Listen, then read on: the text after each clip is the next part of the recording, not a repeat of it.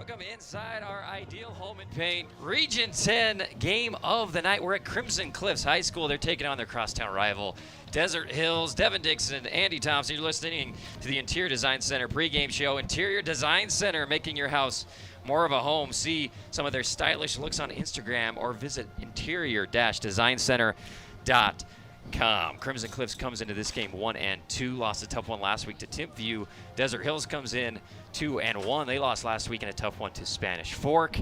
And now, first week of region play, Double E, and what a game to start with these two programs. Yeah, no question. I mean, you know, year one for Crimson was a nightmare. The field wasn't done. They were playing games in Hurricane and at Desert Hills and neutral site games. And year two, they built some momentum, and they lost in the playoffs to Cedar, but had a chance to win it. Maybe could have kicked a field goal, didn't. Tried to go for two, didn't win that game. And now year three, you've got a class of about 35 seniors. So you got a large class, and they're really proving that they belong in Region 10 in the upper echelon. I mean, nice start to the season. They've lost a couple games, but that Spanish Fork win was really impressive because Desert Hills last week lost to Spanish Fork. Yeah. You know, within the last 2 weeks, there's a head-to-head, and that's kind of fun for us to evaluate. But I don't even know if that win over Spanish Fork was as impressive as the loss last week for Crimson to Timpview. I mean, had the lead with a minute to go, only to have Heartbreak City there with Timpview scoring with seconds to go to win 30-25. Look at Desert Hills. They got off to a great start. Their offense was firing out the gate. They were putting up points so quickly. I mean, they had 40 points, over 40 points in both their first two games by the end of the third quarter. Kind of went to the ground and pound, just ran out the clock there, but probably could have scored 50, 55 if they would have wanted to keep, you know, all the starters in it and try to pour it on. You don't do that, though. That's not Desert Hills' mantra or style. But last week, they had a 17-3 lead and blew it. Gave up a 99-yard touchdown right there in the end of the first half and never really recovered. Kind of stole the momentum away. Then Noah Fuatalolo got knocked out. It looks like he is a go tonight. And by the way, we talked to Coach Barry earlier. Tide Morris is dressed tonight. He said he was going to see how he responded. He has been back to practice, had a first quarter high ankle sprain. So, you know, maybe Desert Hills getting a little bit healthier tonight, whereas Crimson Cliffs got some injuries.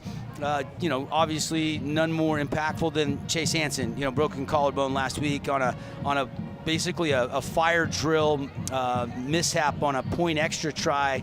So gutted for Chase, the senior. He'll be coaching on the field. He'll still be here cheering on his teammates, helping with the quarterbacks. But Kell is the guy that we expect, Connor Kell, to get the start tonight, but we could see a little bit of Gunnar Orr. So a lot of storylines, and I think quarterback play is going to be kind of the key thing to watch for tonight as both teams will try to get some big plays from their signal caller. You're listening to the Interior Design Center pregame show inside our game of the night, brought to you by Ideal Home and Paint. They've been your home and paint expert since 1975. Locally owned and operated by Ray Odette. 2 locations, Ideal distributors for all your automotive paint on Tabernacle and Ideal Home and Paint.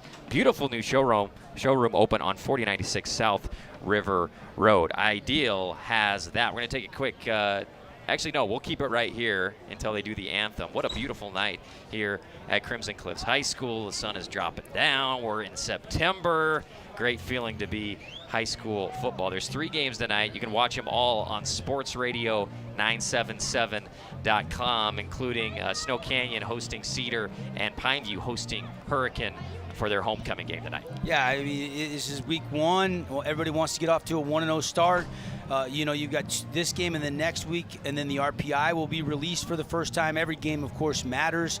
You want to play good teams and beat good teams. And, you know, by the time you've played your 6 Region 10 football games, you know, if you can go 4-2, 5-1, you're going to get a pretty good seed in the RPI standings, which obviously is impactful as far as you jockeying for position for the state tournament. That seems like so far away, but the season, Andy, I trust me, it will fly by. Of course, the one team you didn't mention, the Dixie Flyers, they have a bye tonight. They did have some offers to play some games. Lone Peak wanted to play them. Juan Diego actually wanted to play them because Manti is shut down with COVID. But the Flyers elected to keep the bye week, didn't want to take a game on short notice, although they did really want to get Seth Takau, who shined at the quarterback position, filling in for Bronson Barban last week, some more reps, but just maybe too little short notice and a little bit risky there with injuries, getting ready for their tough schedule that starts next week. So it's going to be a fun night. Can't wait to see how it all plays out. Devin Dixon, Andy Thompson, thanks for being with us. You're listening on ESPN 97.7. You can watch on sportsradio977.com or CEC TV HD 108 on TDS cable. We're going to take a break. We'll take a 2-minute break. We'll be back with more pregame show brought to you by Interior Design Center right after this on your home of Region 10 football, ESPN 97.7.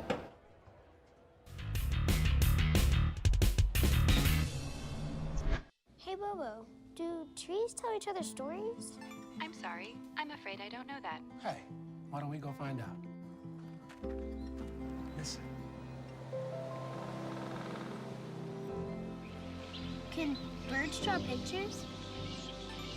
I don't have an answer for that. Dad, do stars visit their friends? Look!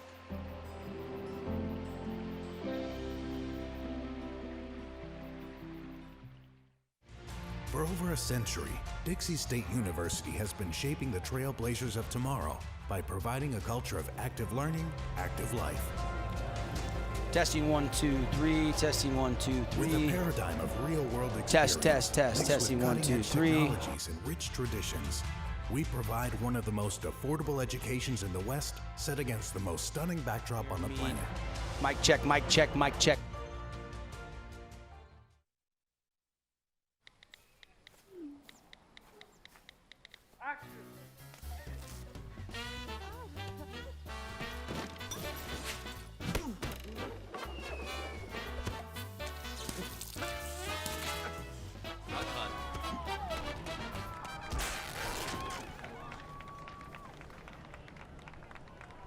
Mic check. 1, 2, 3. Hut, hut.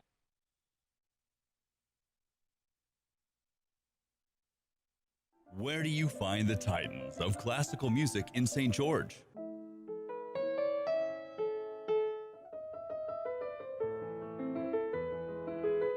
Classical music on Radio St. George, 100.3 FM. Where do you find the legends of jazz?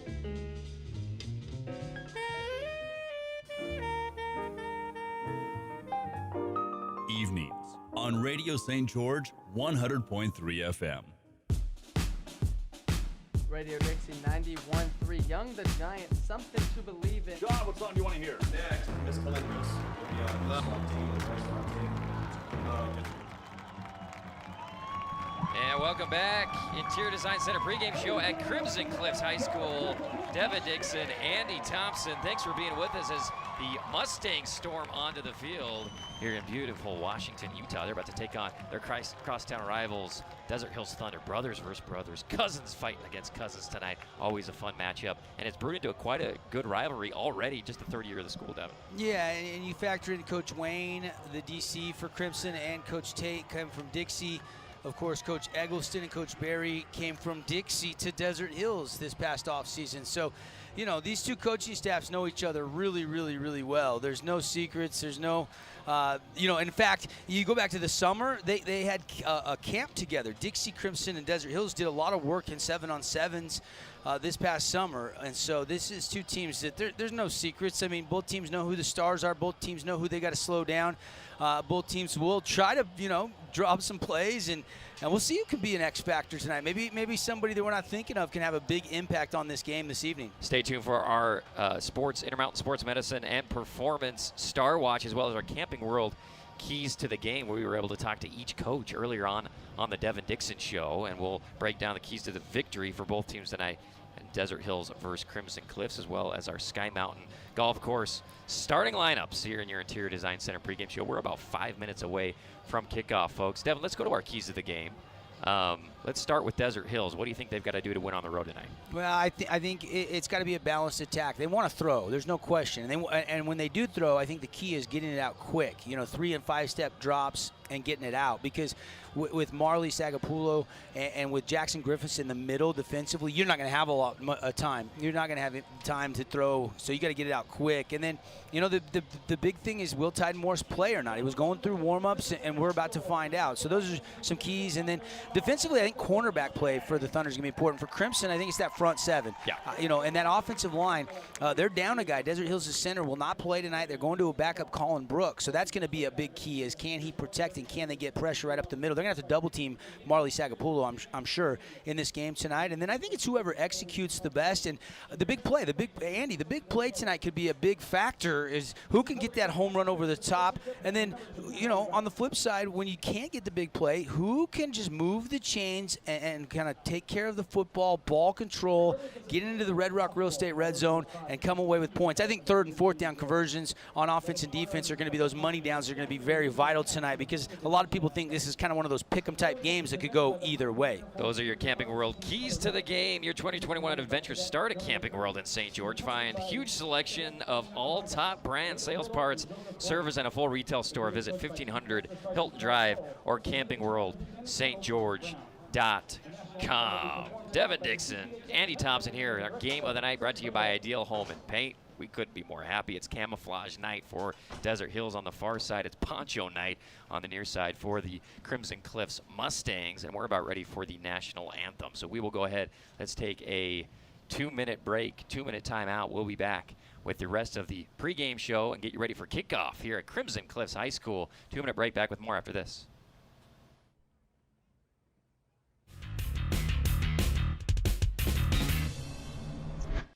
Hey, Bobo, do trees tell each other stories? I'm sorry. I'm afraid I don't know that. Hey, why don't we go find out? Listen. Can birds draw pictures? I don't have an answer for that. Dad, do stars visit their friends? Look.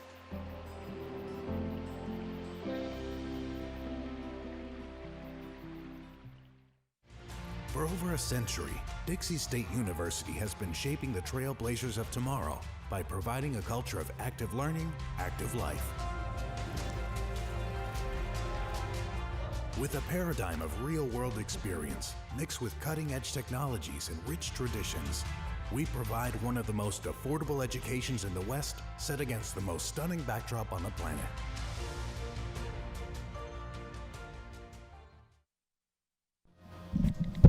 Mic check 1, mic check 2, mic check.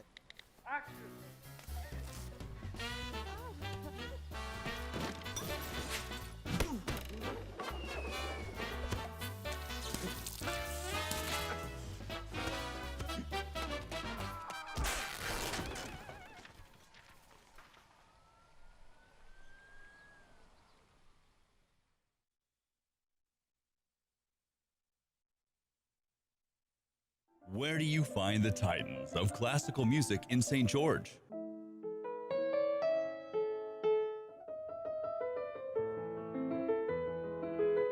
Classical music on Radio St. George 100.3 FM. Where do you find the legends of jazz?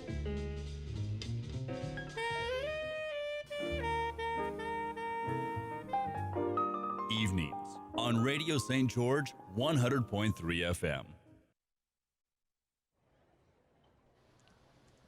Welcome back. Crimson Cliffs High School, Devin Dixon, Andy Thompson, live for our Ideal Home and Paint game of the night between the crosstown rivals, Crimson Cliffs Mustangs and Desert Hills Thunder. Thanks for being with us. Time now for our Star Watch, brought to you by Intermountain Sports Medicine and Performance Center. Improve speed, power, agility, and overall performance at Intermountain Sports Performance. They got certified trainers who love helping athletes and have been for over 20 years. Give them a call at 251-2299. All right, Devin, let's start with the visiting team. Who is your Star Watch player tonight for the Thunder? Yeah, I mean, if it's Tide Morris playing, it's Tide Morris. Yeah. But if he's not playing, then it's got to be one of these receivers like a Lincoln Holmes or an Austin Turnbow. They've been incredible on the offensive side of the ball. I mean, Turnbow's been great on both sides of the ball. I mean, 5 interceptions through the first 3 weeks. On the other side of the defense, I I think I want to go defense for both teams tonight. I think it's going to be a little middle-of-the-road, lower-scoring game for some reason tonight. And I want to go with Cy Nunley, middle backer, versus Jackson Griffiths, middle backer. So, and I want to go with the quarterback, Kell, and there's so many guys. But I want to go these two middle backers. I mean, there's some good backers, Drake Kelly, Ryan Jordan, in this region. But I'm telling you what, I want to go with the two backers tonight now that I think about it. All right, he's going with Nunley and Griffiths, two stars who are fun to watch. They're all over the field and complete wrecking balls as the captains meet at the middle of the field. We're about ready to go on kickoff.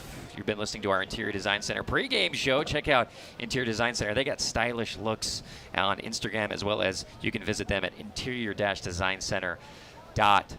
What do you expect to see from Desert Hills, Devin, offensively, their first possession? Obviously, it's not going to be, Noah's fully healthy, but the big question obviously is with Morris. Yeah, I mean, it tied in with the high ankle sprain. You know, if they play him, they're going to play him from the start, right? And then maybe just see how he responds, give him a series or two. If it's going well, give him more work. That's my guess. Although Coach Barry would not confirm that he was going to go tonight. I know Titan's been pushing to play. Feels like he's ready. Coaching staff trying to be a little bit cautious, don't want to re-aggravate that. We'll see who wins out on that whole thing. I think realistically, when you look at Coach Eggleston, this is a tough thing. He breaks his pelvis in a work accident, has emergency surgery a week and a half ago. He is coaching from the sideline on a little jazzy. And this is tough. Now you put a little more pressure on all your wide receiver coaches and your offensive line coach, and the communication has to be really, really good because of that coaching injury, which you hate to see. And speedy recovery. He flies around that sideline. You can't miss him out there on that jazzy as he's cruising behind the team right now. But we'll see if he wants to go quick. He needs to get Eric Olson the ball a lot tonight. I mean, 6'6". The great nephew of Merlin Olsen, and people, older football fans, how do you not remember Merlin Olsen? It's camo night on the road. How about the students bringing the energy? Not too far, about 6-7 miles separate these two high school campuses. It's poncho night. Interesting choice tonight. I wonder if that has something to do with the Thunder and the Lightning. I don't know. That has to be pretty hot. I was talking with Coach Fairborn. Doesn't breathe very well. Yeah, it doesn't breathe very well, the ponchos. It's not a natural but fiber. You got to love the school spirit no matter what the theme night is. Yes, they're doing a great job. And we're ready for kickoff. Crimson Cliffs won the toss, deferred, and Desert Hills will return. Back deep for the Thunder is Zach Ford, as well as Trey Levitt. Yeah, Trey Levitt's a burner, and Zach Ford's a burner, right? They're quick. Zach's little. I mean, Zach goes about 5'5", maybe $140, but he can fly. They like to use him in some situational stuff on fly sweeps. And the biggest recruit on the field might be this kid, the kicker, Ryan Woolley, who has booted it in for over 50+ in field goals as he kicks it just short of the goal line. Then it bounces in the goal line, over the goal line into the end zone for a touchback. Yeah, Ford misjudged that. He came up, and it kept drifting. I mean, really, really pushing it right to the goal line. But once it crosses the plane, it is considered a touchback, high school level. You could have one little tiny bit of your heel just touching the white of the goal line, and it's a touchback. Kicks brought to you by Simply Wisdom Teeth. Check out Dr. Hendrickson's 5-star reviews. You get over 600 of them at simplywisdomteeth.com. Get all 4 Wisdom Teeth pulled for just $899. Here's Noah. 5 wide for the Thunder to start this out. He's got Eric Olson closest to him on the trip slot. All hitches, throw incomplete. Intended for Cyrus Polu. Yeah, only a freshman, and Polu has been the kicker, the punter, and has been a pleasant surprise. In fact, he's one of the top guys in kickoff yards in the nation. But that time just couldn't bring it to the body. I was watching it. It looks like it is May that is the starting center. And so he's going up against Marley Sagapolo at the point of attack. And my eyes gravitated to that matchup instantly on that first play of this game. Absolutely. Here's Noah again. Into the game is Broden Cox at receiver. They're going to put Eric Olson in motion. Handoff to the up back. I think that's Morris. He goes for a short gain. They're wearing those light numbers on their light jerseys. He'll go for a yard or 2. Or 3. 2nd and 7 coming out for Desert Hills as we see. Remember the Titan, he's back. Yeah. The visor. Yeah. And I thought he might be trending towards playing, but here he is. And 3-yard gain. And he gives them a different element, a different dimension to the offense, because you can now go ahead and if you want to run the ball 3 times in a row, you could probably pick up 10. You know, he played linebacker and running back as we got a false start on the Thunder last year for Snow Canyon.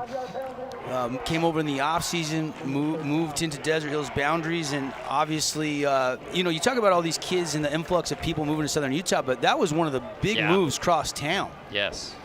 3rd and now 12 coming up for the Thunder. Straight drop back for Noah. He's looking into the sideline, wide open as Eric Olson throws it a little bit short, but he catches it, turns his shoulder, and gets the fabulous Freddie's first down. Yeah, great throw from the left hash all the way over on an out route. And Noah's showing his arm strength right there with the accuracy, and Olsen, the sure-handed grab, and was able to have enough cushion, and once he caught it, turn up field, get about 3 or 4 yak yards, and that's what pushed him past the chains for a fabulous Freddie's first down. Throwing again on first down to the seam to Olsen, overthrows him, incomplete. Luckily for Desert Hills, a little bit wide of the safety as well back there in coverage. Number 22, Corbin Cuff. 2nd and 10 coming up for Noah. Yeah, just going to be a quick 1, 2, 3, and then Noah wanted to get the ball out, had time. Trying to fit it into the middle of the zone, though, just led him too far. 2nd and 10. Cover 2. Twins to either side. Coach Wayne loves that 3-4 with a cover 2 look here. They'll motion Olsen again, left or right to left. He's looking left, throws it out to him on a swing pass. He breaks a tackle and will be dragged out of bounds by Crimson Cliffs for a short gain. That's Brayson Phillips on the knockout. Yeah, Phillips is a sophomore, but started the Spanish Fort game with an injury and had a pick 6 and played awesome. And due to an injury and just him, earning that job, he's getting the start tonight for Coach Wayne and the Crimson defense. Quick throw, but that one was almost too quick, and I think Noah kind of short hopped it right at the feet of the intended receiver. They were trying to look like they were running some verticals there. Flag on the far side of the field. Currently it's 3rd and 7 for the Thunder as the white hat comes to tell Coach Tate what the situation is. Thanks for being with us on our Region 10 game of the night. Appreciate all of our sponsors helping us bring you Region 10 action, including Sky Mountain.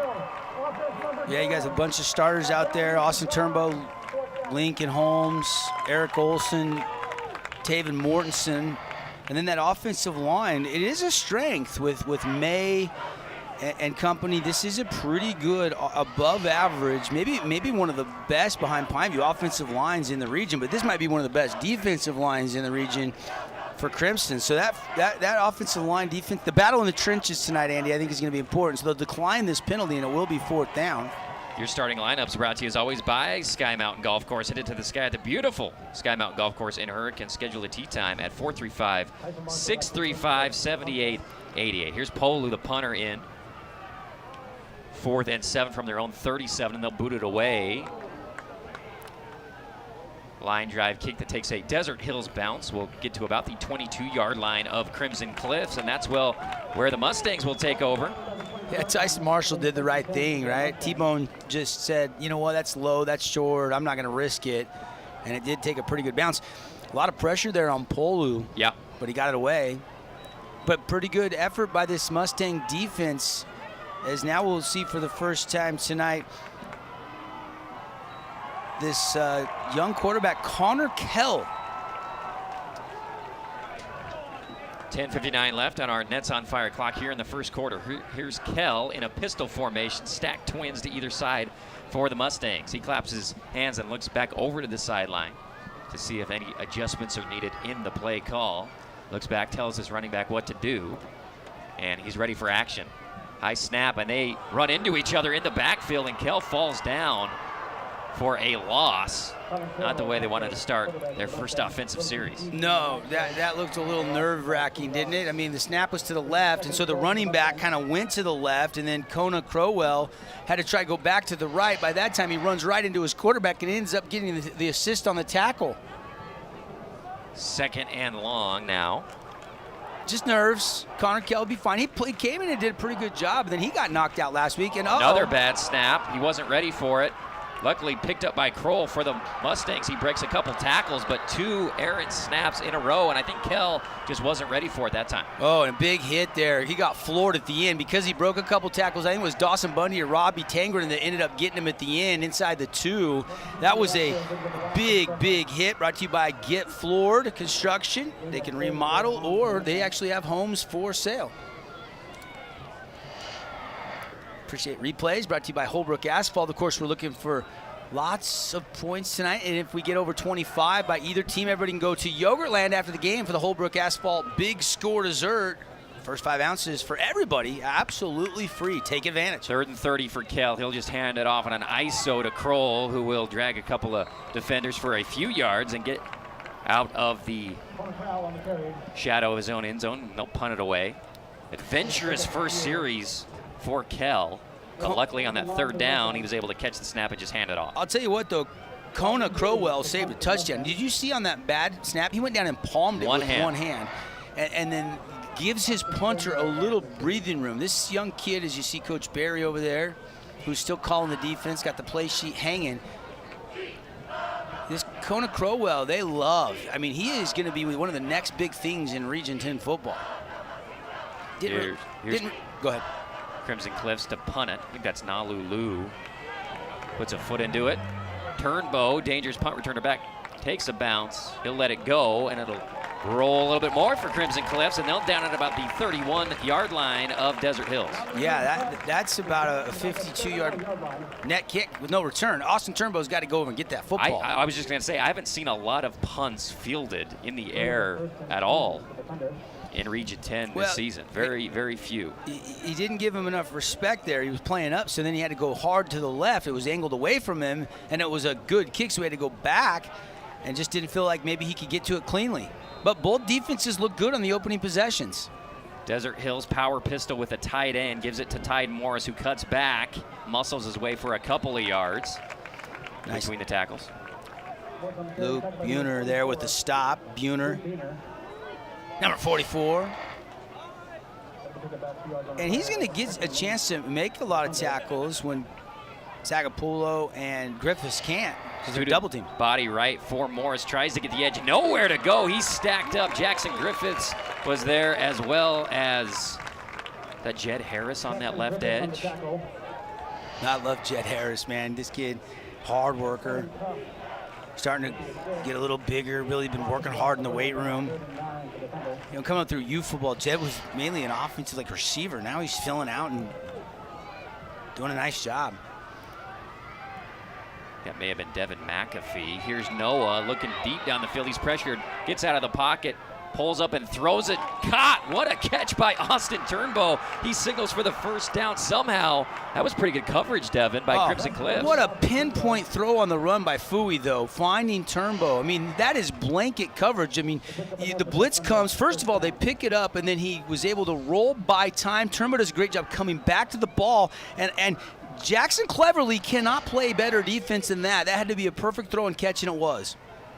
1st and 10. Here's Noah throwing again to Turnbow on a seam route for another fabulous Freddy's first down. And you can see Desert Hills is getting the ball out quick, something that they didn't do last week. It cost them a win, and Noah is getting the ball out quick.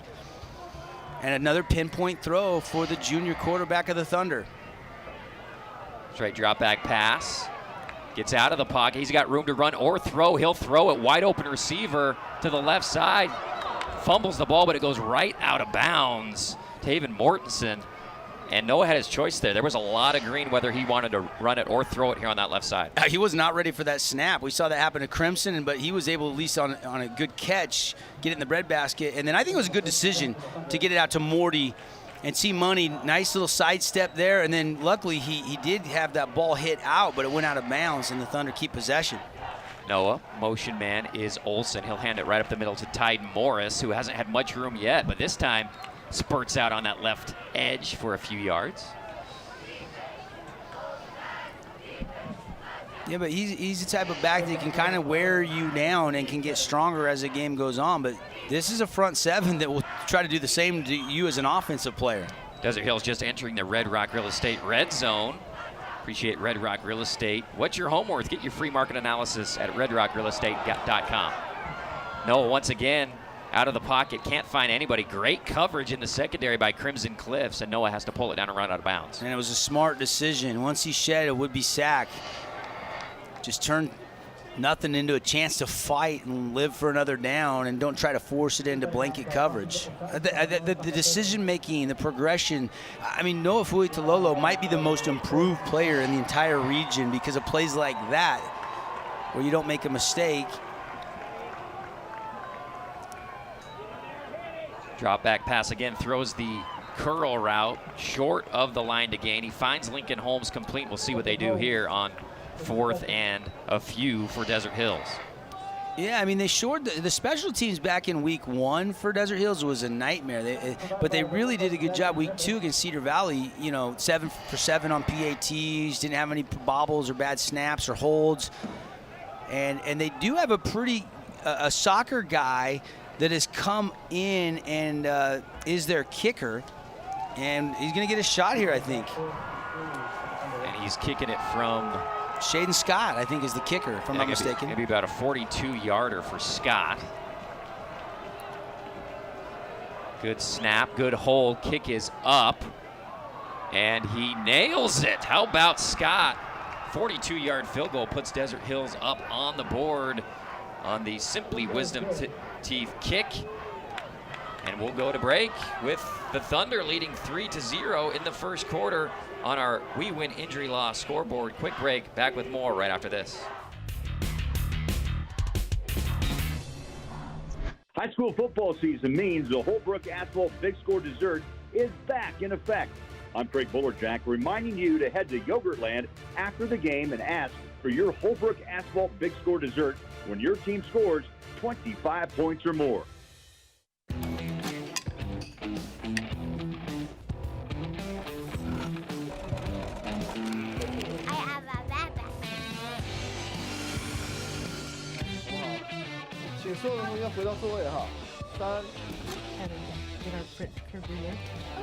There's the bottom. This one have more water? Can you tell me why? Careful. Welcome back. Crimson Cliffs on the return. And he's going to be stopped before the 25-yard line. Still fighting. They're trying to move that pile forward. Progress hasn't been stopped. And now they'll finally blow it dead as Tyson Marshall, I believe, the return man. T-Bone. Love T-Bone. The kid's a kid that had a season-ending injury and has battled back, and hard-nosed kid. I mean, coming up through youth football, this kid was one of those undersized kids that just played football with reckless abandon, and you could see he didn't want to go down. You got to love it. Jagger shot well on the initial contact there for Desert Hills. Here we go. Trips to the near side. 1st and 10 coming up for Crimson Cliffs. After a rough first series, here's Kell. Reach play, zone, handoff, goes to Easton Drubay for a loss, and Desert Hills is really shooting those gaps. His dad, Easton's dad, Jonathan, great athlete, played a lot of softball with him over the years. And Drubay, I mean, he's a threat to take it to the house, but once he breaks it wide, there's just nowhere. There's no lane, there's nowhere to go. And good tackle there by Christian Boley, I think, was the last guy to kind of finish him off. 3 of their 4 offensive plays, I believe, have been for a loss. Obviously, the first 2 were because of a bad snap that time. Just good penetration by that Desert Hills right edge. 2 backs in the backfield now with Kell. As Crowell joins Drubay, they motion Drubay out. And a keeper by the quarterback, who is tackled from behind for a limited gain. And they kind of collapsed him. Always a dangerous looking tackle when this happens. Tangren couldn't grab him. Jake Wilkins, though, did grab him, and Jake, he maybe one of the more underrated linebackers, because you got Cy Nunley, and you got Lincoln Holmes, and you can use Tyden Morris there, although it doesn't look like Tyden's playing any defense tonight. Kell looking to pass to that right side, tries to throw it, intercepted. Great job on that seam route, picked off by Taven Mortensen. Morty right there, T-Money making a play, just a decision to throw it into good coverage, and he undercut it. Kell, who's playing slot receiver, moving to the quarterback. He shows good arm strength, but he didn't lead his receiver, Gunnar Orr, trying to throw it away from the safety, and that allowed Morty there, the outside guy, to come underneath and make the Oski. So Desert Hills will take over in Crimson Cliffs territory on Crimson's 41-yard line. Noah looking to get it into the end zone. Had to settle for a field goal last time. Yeah, but you like getting points on the road? Noah, drop back. Flushed out of the pocket. Somehow holds onto the ball. It almost spurted out, but the pressure was brought by Crimson Cliffs. That's Nate Jorgensen getting in the backfield. Jorgie getting your hands on it. I think Noah would have shook him because Noah's, 215, 220, but I think he started to lose the football. See, the ball pops out, so by the time he recollects it, Jorgensen comes back and ends up getting the sack anyway. Second and long. Fui throws it on an out route to Holmes off his fingertips, incomplete. And Crimson Cliffs doing a great job getting in that backfield and bothering Fui early in this one. Yeah, that sack really puts you behind the chains, down in distance. Now, it's 3rd and 18 now. I mean, you're trying to get about 8 back on an out route to Holmes, which is not a bad idea because he's a guy that can take it to the house but didn't complete the pass. 3rd and long. Beautiful throw to Eric Olson in the seam. He breaks a tackle, gets the Fabulous Freddy's first down into the red zone, and that is a bread and butter play for the Thunder. Yeah, I mean, Coach Eggleston told me before the season, if you ever see me frustrated at Fui, it's probably because he's not getting the ball out quick and not getting it to Eric Olson. 6'6", and he puts it right on him, and that's just a mistake there in the coverage. They were in a zone, and he found that soft spot. Noah put it on him. Passing again, looking for the out route. Instead pulls it down, gets grabbed Marley. by the big fella, Sagapolu, and nowhere to go after that. Kasazate, Salanoa, Sagapolo, but they call him Marley. It's a little easier to say. And he's already committed to Southern Utah for Coach Taps up there to play next level football. 2nd and 10.5 here for Fui. Throws the out route, Olson open, turns it upfield, and stop, but not before a good gain there. Tackled by number 17, Jackson Cleverly, with a little help from Corbin Cuff. We'll make it 3rd about 3 for the Thunder. Yeah, but you're 3rd and 18. What a job to get a fresh set of downs. And now this is very manageable here. Tide Morris in the pistol formation with Fui looking for the out route. Instead throws the seam, it's picked off. Here we go, Jackson Griffiths, couple guys to beat. He's grabbed by Eric Olson and dragged down. Huge. A turnover by Mortensen. They're driving to score, and Jackson Griffiths coming up big. And what a great return all the way out there near midfield.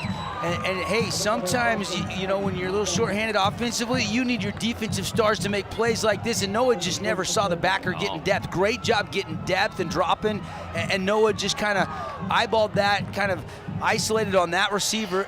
Griffiths read his eyes and made the pick. Great play by Griffiths. He has been tremendous, averaging 12 tackles a game. He blocked a punt last week, and now an interception this week. Here's Kell. Crimson Cliffs needs something on offense. Straight handoff, ISO to Drew Bay. They'll blow it dead. That might be a procedure penalty here coming up on Crimson Cliffs, as they start their drive on their own 46-yard line. Haven't got it into Desert Hills side of the field yet tonight. Appreciate Ideal Home and Paint bringing us the game. False start will go against Crimson Cliffs. Back them up 5 yards. 1st and 15 coming up for the Mustangs, and Coach Jaron Tate with a new quarterback in, looking to figure out what they can go to tonight. So far, nothing working, run or pass. 3-0, Desert Hills with the lead. 1:45 left on our Nets on Fire clock here at Crimson Cliffs High School. Pistol formation once again. Drew Bay back with Kell. Trips to the near side. Handoff goes to Drew Bay. Lowers his shoulder, gets stacked up at the line of scrimmage. No gain. Great defense on the run once again by Desert Hills. And that defensive line has great gap discipline, and they're occupying a lot of space and nowhere for Drew Bay to go as he is subbed out for a breather for Nick Baum. coming in for the Mustangs. 2nd and 14 coming up for Crimson Cliffs. The away side of the field, Desert Hills fans get blasted still by that sun. But we're getting about to the point where it might sink a little bit. 59 seconds and counting left here in the first quarter. Here's Kell. Might have to throw it here, 2nd and long. They'll throw a bubble outside to Gunnar Orr, who lowers the shoulder. Big hit by Turnbow. Hurst State Hardware update after this replay is, I like what they're doing here. They're trying to get the ball out quick. You get it in your playmaker's hands, and Gunnar Orr gets a nice gain. And now you make it 3rd and manageable. But update, Jake Hill gets a touchdown, but then Caden Lunt for Cedar throws one for 45 yards out. So they're tied 7-7 over there at Warrior Stadium. 3rd and 9 for Kell. Bunch trips to the far side. He'll roll that way. Looking down the field, he's got Orr open. He catches it, jumps over a defender for a Fabulous Freddy's first down, their first of the game. Really good job by Kell, rolling out, throwing on the run, finding Gunnar Orr, and Gunnar Orr back-to-back catches. As you said, that'll move the chains, and now this offense starting to show a little signs of being able to move the football. 33 seconds and counting on the Nets on Fire clock. Probably get one more playoff. Here's Kell, hands it off. Up the middle. Good little gain there for Nick Baum.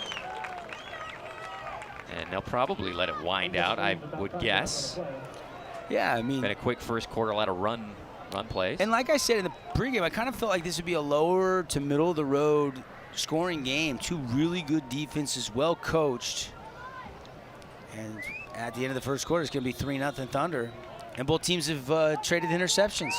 3-0 on our We Win Injury Lock clock. Desert Hills leads, but Crimson Cliffs threatening. You're listening to our Ideal Home and Paint Game of the Night. 45-second break. We'll be back with more right after this on your Region 10 Radio Network.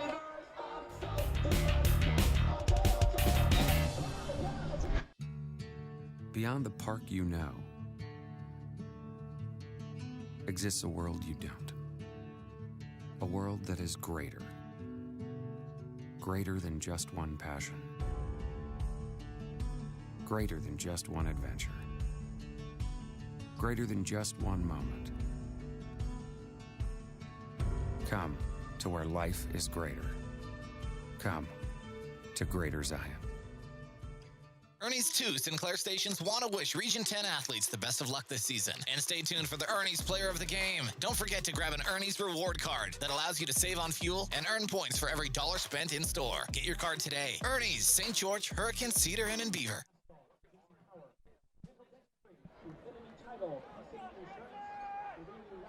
And we're back. Crimson Cliffs, Desert Hills. Crimson with the ball in Desert Hills territory. They're down 3-0.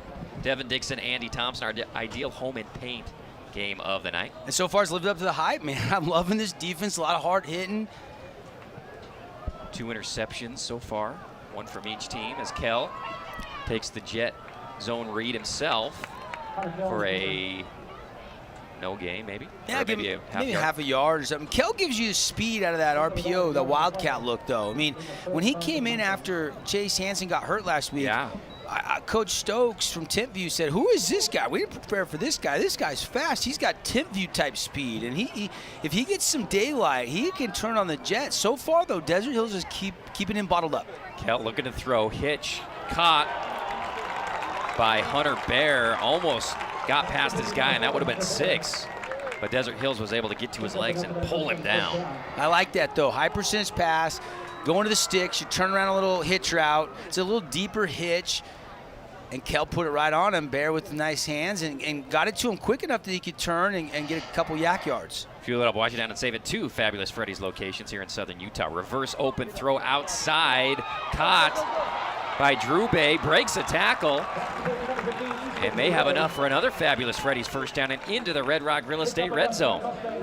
Kind of got tackled awkwardly there, made a nice cut back to the inside. That's a tough throw. You're selling and it's a reverse pivot. He actually turns his back to the defense to make that throw all the way to the near sideline. Handoff goes ISO up the middle. He's met in the backfield again. That's Kona Kroll for no gain. How about this Desert Hills D-line? Robbie Tangren. I don't know if Bundy's in there right now, but they have been stifling this Crimson Cliffs run game so far. Well, they're playing Stuart Taufa on defense tonight, too. He's been your freshman left tackle, but he's playing that left side.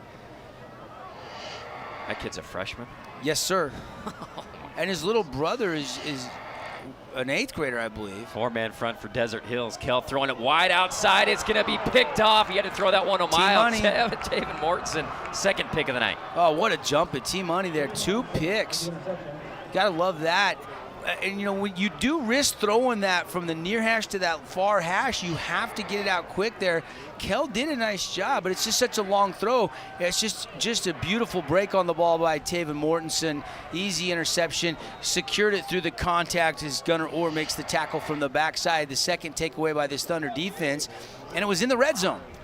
Thunder looking for an explosive play. They hand it to Tyden Morris, who's 3 yards and a pile of dust. Once again,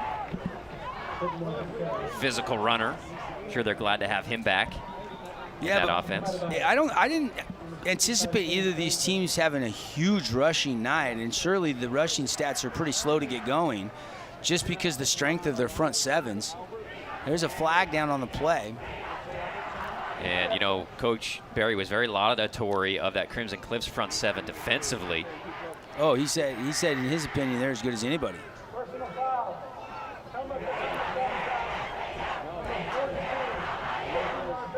So we got helmet-to-helmet contact on the tackle. That's an automatic 15-yarder. I love that high school isn't ejecting anybody. It drives me crazy when they eject people at the collegiate level. It's just so hard to control. And I know you want to take it out, and you should be penalized. And if you have 2 in a game, right? I'm agree with. I just hate it when you kick a 20, 22-year-old kid out in a college football game. I agree. 1st and 10, Noah. Looking. Here comes Sagapolu. He'll get rid of it. Flag on the play. We might have a hold as Noah was getting out of the pocket. No, not might have a hold. You definitely got a hold. And that's just because Marley in the middle is just a beast. I mean, he kickstarts this defense. Him and Jackson Griffiths. And Stuart Taufa. That's Keena Taufa's little brother, but he's really big. Bigger than Keena was. On the outside, good scrape underarm, and he's got him around to throw. That's a good call. Takes him to the ground there. Devin McAfee was the guy coming in, and they caught Stewart on that one. Yeah, speaking of a good defensive line play, Crimson Cliffs has been excellent tonight as well. 1st and 28 for Fui. He'll throw it. Ball is caught. Morty. By Morty, who is catching everything tonight, offense and defense. Yeah, he's got a couple more catches defensively than offensively, but a little slant route, sure-handed grab. His older brother Jace played football and basketball for the Thunder. 2nd and long. Twins to either side for Noah Hart count. They sent in pressure. Great job picking him up. He throws it, slips out of his hands, incomplete. They sent 5 on that play, but still great coverage by Crimson Cliffs nonetheless. Miss throw there by Noah. And another flag down in the backfield. Thunder could be headed the wrong way again. And they're just holding, trying to give Noah some time. And they're really backed up now. It's going to be, what, 3rd and 20? 2nd down and 29. They'll replay the down. 2nd and 30. I was wondering why they had so much time when they were sending pressure there. They're further than that. 2nd and 36 officially here for Fui. Straight drop back. He'll throw it on the out route to Eric Olson. Always a good decision. Another flag. And he's going to be tackled after about a 7-yard gain. And you just don't have enough time to really take shots right now. So Desert Hills is trying to get the ball out quick. You probably could get one over the top, but you just can't risk getting sacked. They've already went so far backwards. On 2nd down, they're trying to get a little bit of yardage back, and now all of a sudden it's a flag fest. And it looks like another hold. And Crimson Cliffs probably declines this one. Make it 3rd down and long. No, they're going to accept it. Oh, no, wow. they are going to accept it, yeah. Surprised because it'll only be half the distance to the goal, which is still, they still get 7 or 8 yards. So it'll be 2nd and 40-something coming up for Desert Hills. How about this defensive line for Crimson Cliffs? We talk about Sagapolu, but Devin McAfee causing trouble as well. Yeah, maybe run a screen here if you feel like they're going to come. 2nd and half a field to go. Hands it to Morris, who gets a couple yards. Crimson has been very disciplined in the box tonight defensively. Their linebackers coming up and filling gaps. Yeah, and that's a testament to Coach Wayne Alafopo, their DC. Won a state championship with Coach Munkers and then won another one with Coach Stokes at Dixie High. 3rd down, they're going to sweep it this time outside to Holmes, who's knocked out of bounds. Yeah, I don't like that play. That play doesn't make any sense to me. First of all, you're running that to the short side of the field. And I know Lincoln's fast, but so is this defense in front 7. Yeah, 3 guys waiting for him on the sweep, and it took lead blockers. And Noah showed it early by waiting and turning to pitch it. But at the same token, you're just punting the football. I mean, and maybe on a 3rd down, you're setting up, showing them that play, and maybe you fake the pitch next time and roll the other way. But yeah, I agree with you. Not anywhere to go there for Lincoln. Yeah, you still want to make a mistake and give Crimson the ball. You want to give Polo a chance to boot this away. High kick, not a far kick. It'll bounce at about the 37-yard line and then roll dead, and that's where Crimson Cliffs will have an opportunity to get up on the board. They trail right now on our We Win Injury Law scoreboard, 3-0. Check out We Win Injury Law, formerly One Law. All they do is win. If you have been injured in an accident, they'll fight for you and win for you, period. Visit 435wewin.com. Devin Dixon, Andy Thompson. Our game of the night here on ESPN Radio, CEC TV. Early 2nd quarter at Pineview, 14-0. Hurricane has not yet scored, but they're just a minute into the 2nd quarter. Here's Kell. Put together a decent drive last time.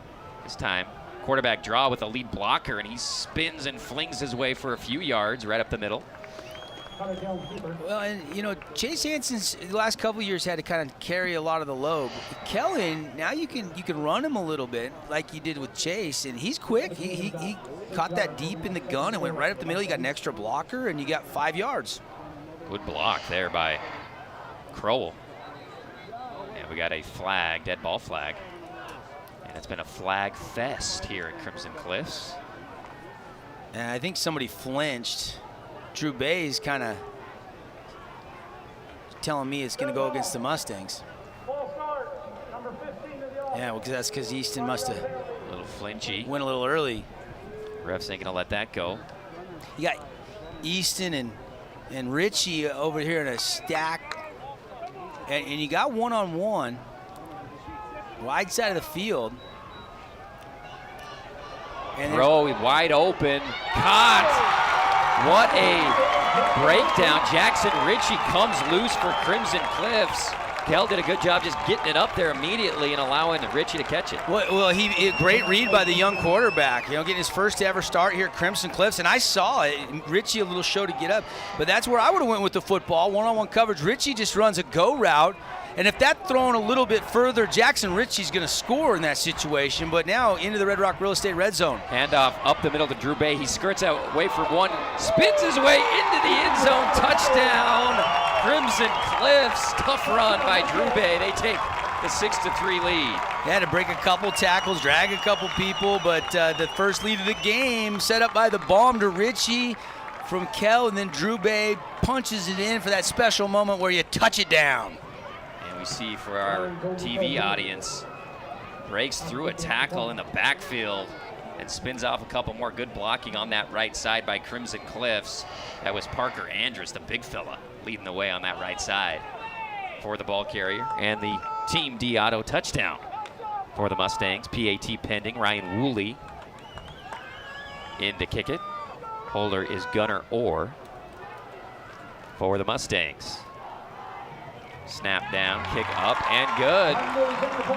Simply Wisdom PAT gives them the 7-3 lead. We'll take the break on your We Win Injury Law scoreboard. 7-3, Crimson leads the Desert Hills Thunder.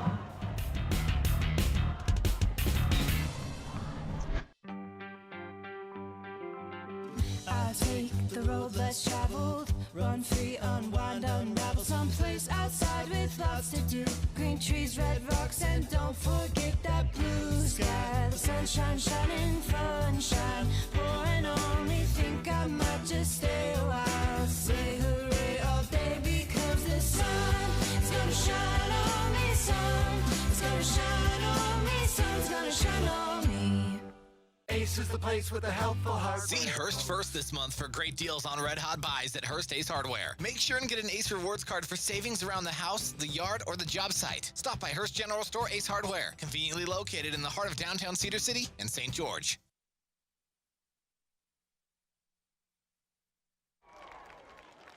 Welcome back. Region 10 football game of the night. Crimson Cliffs with a 7-3 lead against Desert Hills. Kelder Ritchie for a big gainer, and then it was Drew Bay with the touchdown run. Kick goes for a touchback from Woolley, and Desert Hills finds themselves down early in this game, Devin, in need of some offense. Yeah, I mean, they've moved the ball, but then the last drive, I mean, the flags, they got caught holding not once, not twice, but 3 times, and that backed them up. That gave the short field to work with.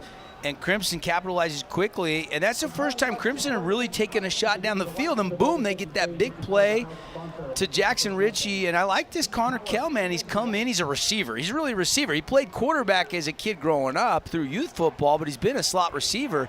And now, with the injuries and whatnot, he's your guy, and he put a pretty good ball out there, and then Drew Bay capped it off. Empty set for Fui. He's throwing the comeback right at the sideline, and it is incomplete. They're saying he didn't catch it. What a break on the ball by Jackson Cleverly, but they said it hit the turf. Cleverly, man, he's flying around. We're calling his name a lot tonight. He broke on it like the Kentucky Derby front runner out of gate number 6, but it was on the turf. Let's take a look closely here.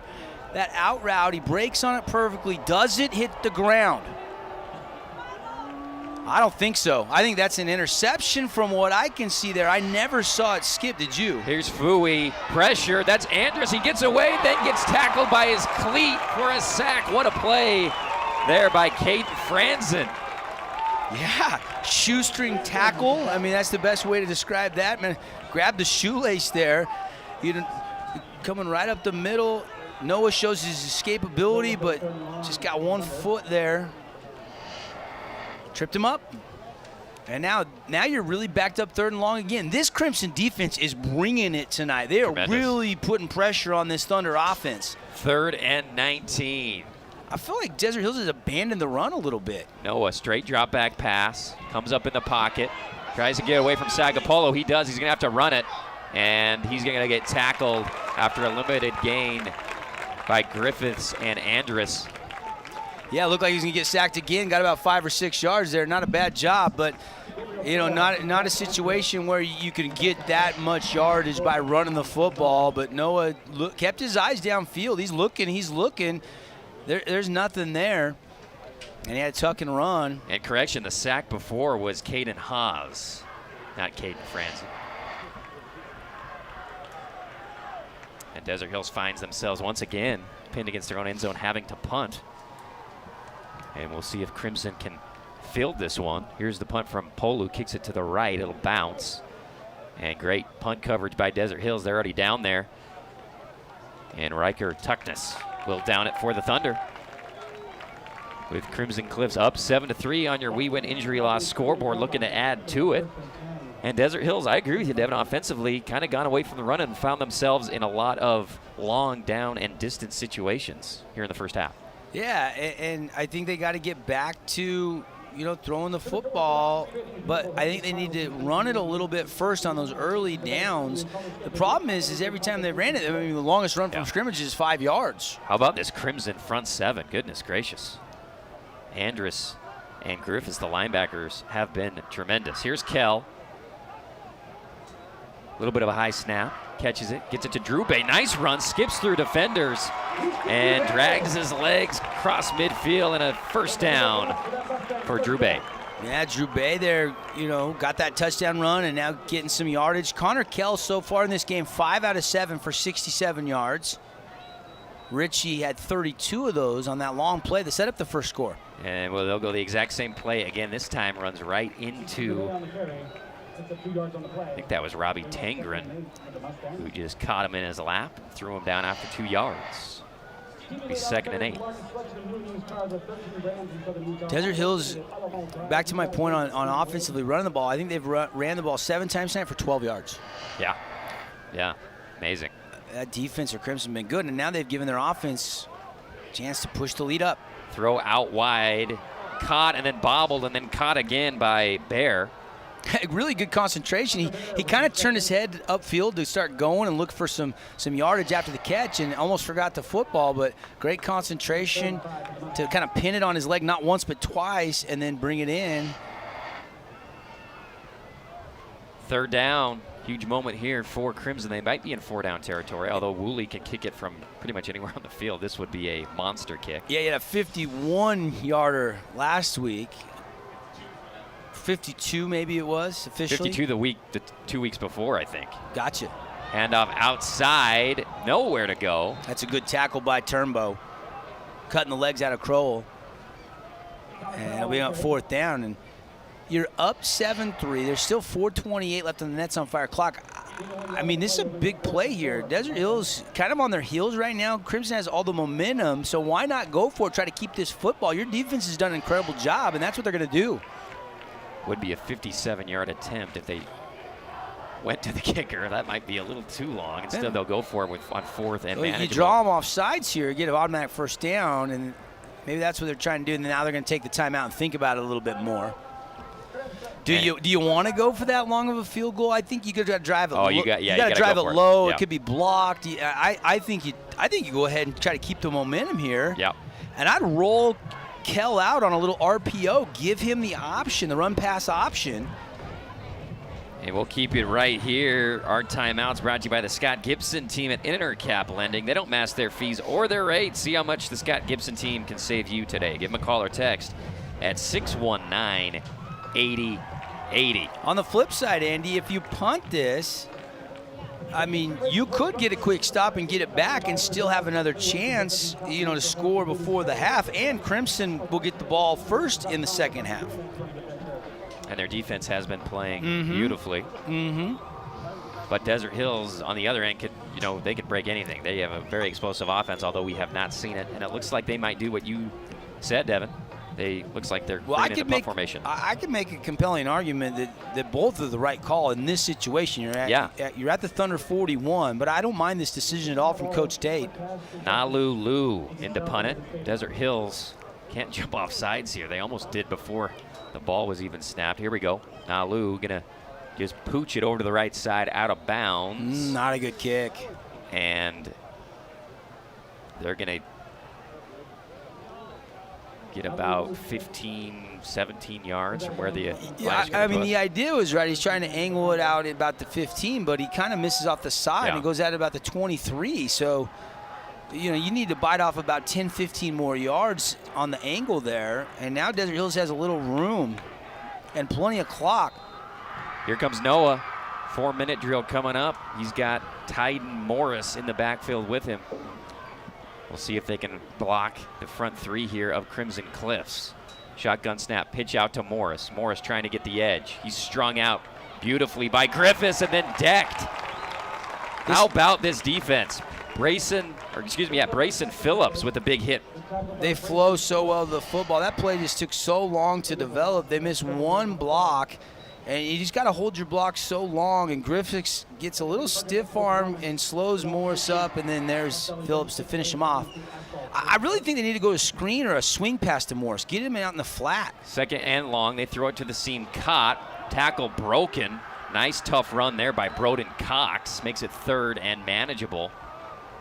Crimson sent some heat, and good job by Noah getting rid of it. Yeah, I like that play. That's a high percentage pass. You get it out quick.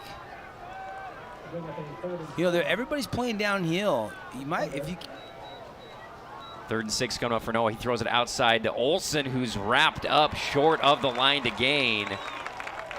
And a great play once again. I believe Phillips was in coverage. And again, Noah has to throw that ball a little early. It's a long pass, and really, Olsen's got to run that to the sticks. He short steps that cut, and you're 4 yards shy of a first down. You got to run that a little deeper to the sticks, down in distance. Got to know it. And just like that, a 3 and out, and like you were saying before, Crimson's got a shot here with plenty of time on our Nets on Fire clock, 2:34 and ticking here in the first half. Yeah, and again, no existence of a run game for Desert Hills at all. Ball is snapped high. What a catch by Polu. May have been partially blocked as it'll bounce at about the 40-yard line and down by Desert Hills. I couldn't tell if a hand was got on that or if it just kicked it off the side of his foot. I think he just rushed it because of the high snap. He felt like he had to hurry it, and I think by hurrying it, he just didn't catch it clean. He Odell'd that high snap, though. That was an impressive Cyrus catch once again. Cyrus Polu is going to be a force to be reckoned with, not as a punter, but as a football player. Yeah. I mean, he's only a freshman, but that one he didn't get it clean. And now Crimson, I mean, how big would this be? Run your 2-minute offense. If you can get the touchdown, you get the ball in the second half, you can really take a lot of momentum into the break. Here we go. Desert Hills got to be thinking about a fourth down stop or a turnover here. Kell with a counter, gets it to Drew Bay. Had one guy to beat, but Taven Mortensen makes the tackle after about a 7-yard gain. Mortensen's been arguably the best under player tonight on both sides of the ball. Tremendous. Really nice play drawn up. They got away with a little snag there of a jersey on the offensive line. Not enough for a penalty. Handoff goes up the middle to Drew Bay. Stopped short of the line to gain.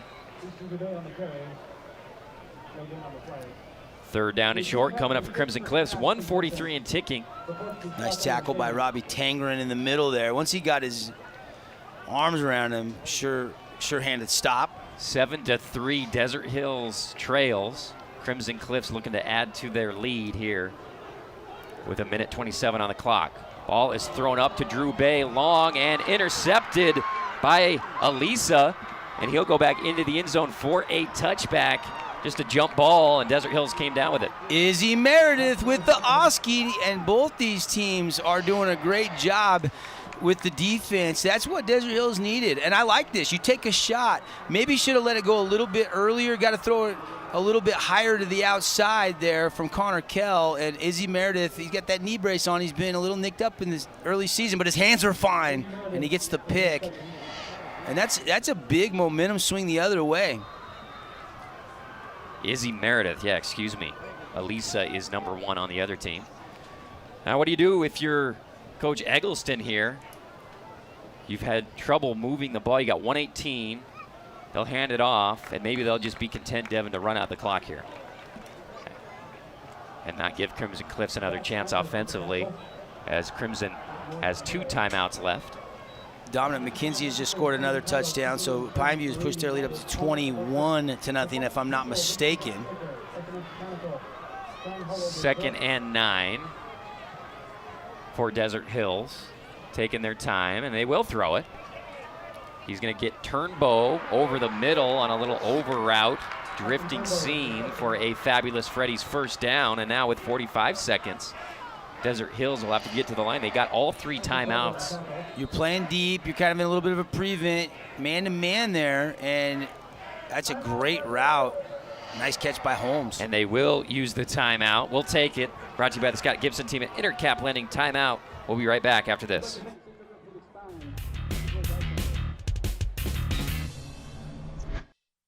Where do you find the titans of classical music in St. George?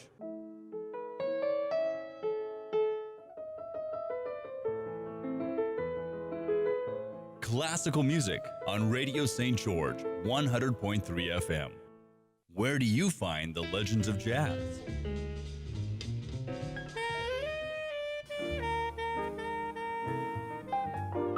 Evenings on Radio St. George, 100.3 FM.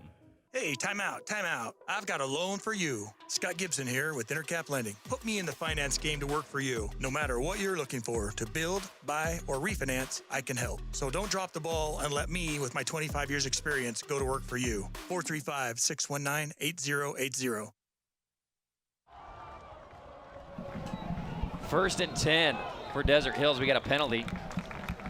Desert Hills has had troubles on procedure penalties, snaps, a lot of issues for the Thunder. Yeah, the penalties. Let's see. Penalties for the Thunder. That's at least 5 for at least 45 yards. Crimson 3 for 25.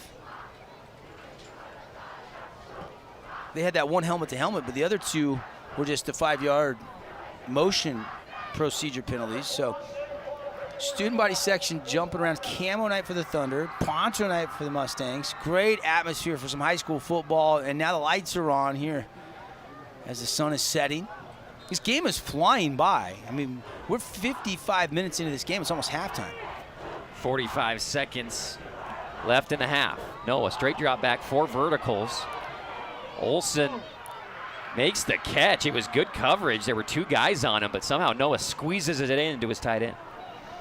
Yeah, no question. That's a tight window there. Noah's accuracy has really improved from his sophomore season last year with throws like that. I mean, Taufa just pancake blocked, maybe grabbed him and then fell on him. But look at that precise throw outside on the money there to Eric Olsen. 2nd and 1 for Desert Hills. 37 seconds left in the half. Here's Noah from midfield, looking left. Gonna launch it down on a corner out to Holmes. Got it. He made the catch. Did he get a foot in bounds? No. No, he's gonna say he's out of bounds. Wow, that was close. I mean, the ball was arriving right there. I thought he short-stepped it and maybe stayed in. We'll get a shot here for replay. Official says no catch, though. Great shot. Look at the eyes. Waiting. They finally give him time. Does he catch? He secures it. Now, and he's in. He's in. Right. That's a catch. They blew that one. Wow, what a job by Holmes to tiptoe inbounds, and what a shot by our replay crew. Yeah. Tide Morris will get the carry. They'll get the first down. He's not going to go out of bounds. They do have 2 timeouts. In the referee's defense, that was It seemed tough. Impossible that he was going to get that toe in because he got it in and then tapped it again. Yep. I mean, in his defense, but he definitely was in bounds clearly. But Desert Hills still got a chance here. But that would have put him into the red zone. That left foot is in the chalk line. Noah looking to pass. 1st and 10, throws it up high and over the head of everybody. That'll stop the clock at 10 seconds. Yeah, now it's a situation where maybe you just try to get 5-8 yards, maybe center it, take the timeout, try to make it a 1-point game. You do have enough time to take one more shot, but you're looking at like a 52-yard field goal. Shaden Scott hit from 42, and it would have probably been good from nearly 52 on the only points of the night. Noah looking to pass down the field, throws the same play again. He'll overthrow it again. 4 seconds left, which means you got to just throw it into the end zone again. Yeah, I just don't. I think it's a little bit out of the range of Scott's comfort zone. I mean, if they had 5 or 7 yards, I'd say roll out the field goal unit, but I think they're going to take a timeout. And here comes the Jazzy and Coach Eggleston. I'm surprised they didn't throw it, like you said, for a 10-yard gain, use one of their timeouts. Instead, they're stuck having to launch another one here. Timeouts brought to you by the Scott Gibson team at Intercap Lending. We'll keep it right here. Appreciate Scott Gibson and his awesome team. They don't mask their rates or fees. See how much the Scott Gibson team can save you today. Text them at 435-619-8080. Also appreciate Intermountain Sports Medicine. Yeah, they provide the trainers around Region 10 again this year. Great partnership with Intermountain. And, of course, got to give a shout-out to the trainers tonight, Ashley Woolham, Crimson Cliffs, and Ashley Humphreys, Desert Hills, keeping these athletes safe, healthy, and on the field playing. What do you think? Who's your go-to guy? I mean, you're thinking Olsen because he's 6'6", but he'll probably have a couple guys eyeing him, umbrella coverage right around the goal line. Yeah, you know, you might run a bunch of verticals and then run an under route with Turnbow or Holmes and say, hey, maybe you can try to weave your way in or something. because they are giving that cover 2 look, umbrella, dime package defensively. Noah's going to have to launch this one from about the 40-yard line. He's flushed out of the pocket. He's got to throw it. No, he'll just pull it down and run out of bounds. Yeah, and not sure why Noah didn't go ahead on the run and just heave it into the end zone there and say, hey, why not? You know, nothing to lose, right? Yeah, you may as well. I mean, you're not probably going to give up a pick 6 if you throw it into the end zone there, and just maybe one of your guys can go up there and make an acrobatic catch. But what an entertaining first half. Defense was the theme. And Crimson's defense just a little bit better than Desert Hills, but not by much. This is going to be a great second half. This is a tight one. 7-3, Crimson leads Desert Hills on our We Win Injury Loss scoreboard. We're going to take a 3-minute break. We'll be back with the InfoWest halftime show right after this. Hey, Bobo, do trees tell each other stories? I'm sorry. I'm afraid I don't know that. Hey, why don't we go find out? Listen. Can birds draw pictures? I don't have an answer for that. Dad, do stars visit their friends? Look!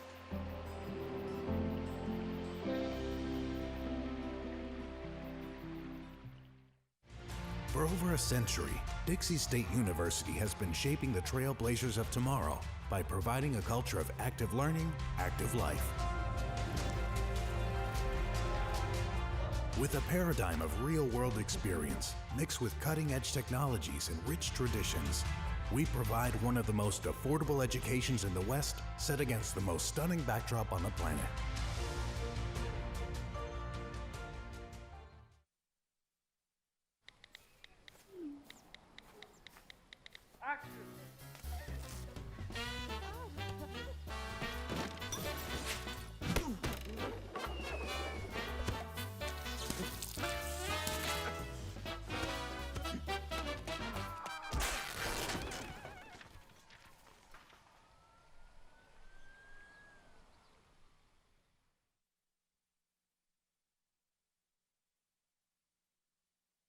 Where do you find the titans of classical music in St. George?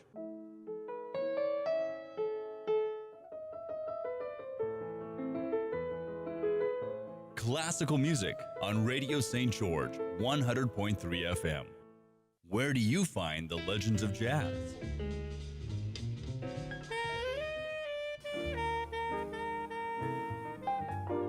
Evenings on Radio St. George 100.3 FM.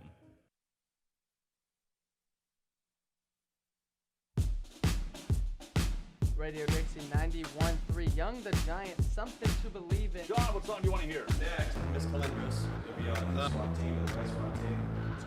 Just a fantastic situation. I should talk to you. I was going to talk to you last time.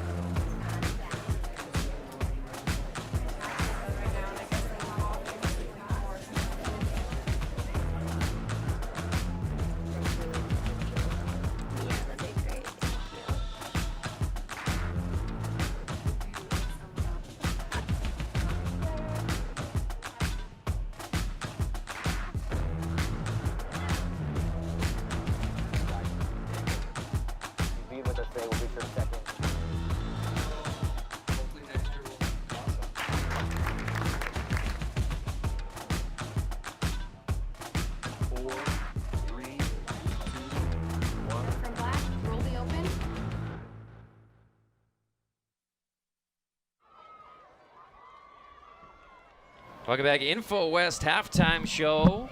Crimson Cliffs with the lead here at home, 7-3 over Desert Hills. Appreciate InfoWest for the fastest internet in Southern Utah and local support. Trust the internet people at InfoWest. Go to InfoWest.com to sign up today. They're the pioneers of internet in Southern Utah. Devin Dixon, Andy Thompson, even though it was a defensive battle, Devin, a very entertaining first half here between the crosstown rivals, the Mustangs and the Thunder.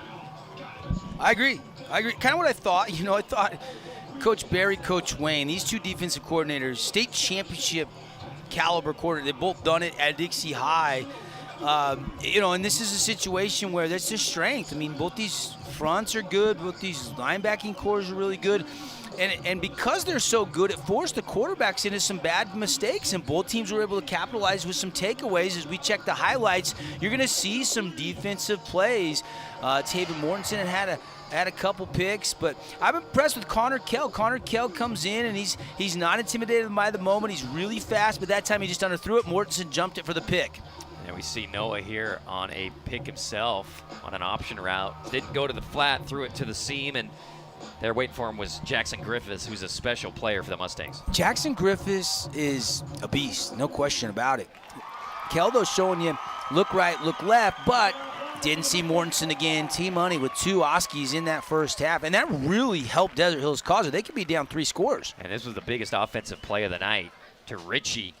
And just threw it up to him. And Connor Kell's like, if I would have just thrown a little further, Richie would have scored, but that's okay. His name is Easton Drubay. Rare that you throw to Turnbow's side with much success. Turnbow was peeking in the backfield, not allowed Richie to get behind him. And then the power, rumbling, stumbling, touchdown run there from Drubay to get on the board and give Crimson Cliffs the lead. I love that name, Easton Drubay. That's a football name. It's also you could also say it's a baseball name. Here's Noah. Once again, being hassled in the pocket all first half. That was the theme, and almost escaping, and then last second shoestring sack. Kell can go back up top, and Izzy Meredith says, I'm going to get a takeaway. So Kell, he's taking shots. He's being aggressive, but he's thrown 3 picks in this first half. You take a look at the Wilkinson's House of Lighting stats, lights, fans, home decor, and so much more. A unique place to shop over there next to Fiesta Fun. Contractors and homeowners always welcome at Wilkinson's. And let's dive into it here a little bit. Noah Fui-Tololo goes 17 of 25, $160. But as a team, just 10 carries, 29 yards on the ground. They could not run that football. Right. Connor Kell, I think he goes 6 for 10, but the 3 interceptions, 70 yards. Drubay, 7 carries, 27 yards and a touchdown. And Richie had that big play to set up that touchdown, 1 catch for 32 yards. You look at total number of plays. Desert Hills had 39, Crimson 25. Total offense, Desert Hills 174, Crimson just 94. Time of possession pretty even, 10:55 for the Thunder, 11:12 for the Mustangs. And really, we talk about how Desert Hills hasn't run the football, but Crimson hasn't run it much better. 16 carries, 24 yards, and the official rushing stats, 14 for 14 yards for the Thunder. That I forgot to take in the sacks into consideration on those earlier statistics. But 3 turnovers by Crimson's offense, just 1 for Desert Hills, yet Crimson leads where it matters most. That's on the scoreboard, 7-3. 3rd down, Desert Hills just 4 of 11, Crimson just 2 of 6. Neither team went for it on 4th down. 5 penalties for the Thunder. 3 or 4 of those were holding calls, Andy, as they were trying to give Fui as much time as they could. And here's the other thing, Desert Hills special teams, the 3 punts have averaged just 26 yards. The 2 punts have averaged for Crimson 38 yards, so a little bit better in that situation. You look at individuals. Nate Jorgensen had a big first half, 6 solo tackles, 6.5 total tackles, including the sack. Jackson Cleverly had 6 tackles. I thought he was flying around everywhere. Jackson Griffiths had 3.5 stops plus the interception. So some of your defensive leaders for the Mustangs as they lead by 4 at the break. All right, you're listening to the InfoWest Halftime Show. Check out, for the fastest internet in Southern Utah, check out InfoWest.com to sign up today. Those are some Wilkinson stats. Appreciate Wilkinson's, our stat sponsor for years here on your home of Region 10 athletics. Since 1946, Wilkinson's House of Lighting has been a fan of all Southern Utah sports, lights, fans, and fixtures. Contractors and homeowners always welcome at Wilkinson's across the freeway from Fiesta Fun. We're going to take another break here, and we'll be back with more. We'll give you some Hearst Ace Hardware updates and get you ready for the second half. Crimson Cliffs versus Desert Hills. Crimson with the lead 7-3 at the half.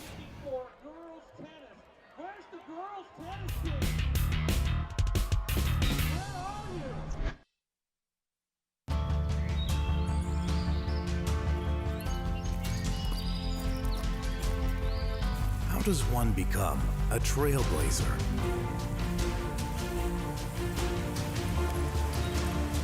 It happens through pushing, through stretching, through shattering the norm.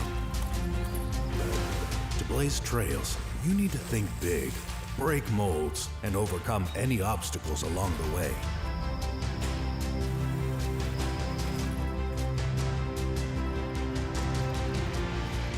For over a century, Dixie State University has been shaping the trailblazers of tomorrow by providing a culture of active learning, active life.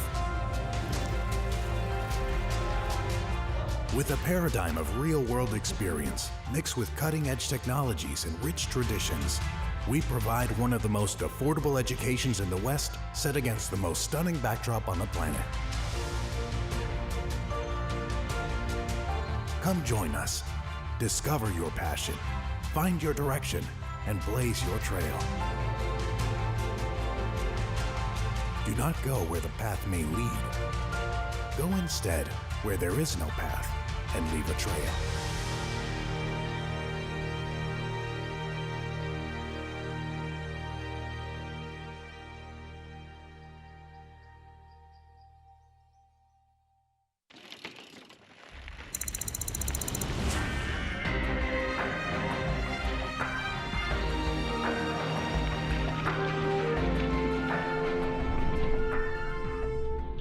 Let's just say that repressing your curious heart is simply unacceptable. The land of discovery is calling.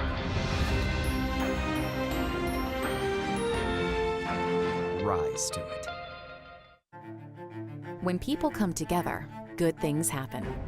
They learn, they share, they grow. To Division One. That's why Mountain America is proud to be the official credit union of Dixie State Athletics. We both understand it takes determination, teamwork, and a focus on service to build a better tomorrow for our students and our community. Mountain America Credit Union and Dixie State Athletics, guiding you forward together. Sunrock, Sunpro, Beehive Insurance, and Deseret Color are proud to be part of the Clyde Companies in southern Utah. Sunrock and Sunpro provide construction products and services that support the constant growth of the community. Deseret Color is a master planned community offering amenities to St. George. Come visit a model home just off Exit 2. Beehive Insurance offers more than just a policy. You can trust our agents to create a custom insurance plan for your business. The Clyde family of companies is proud to support business and community growth and is a proud sponsor of Dixie State Athletics.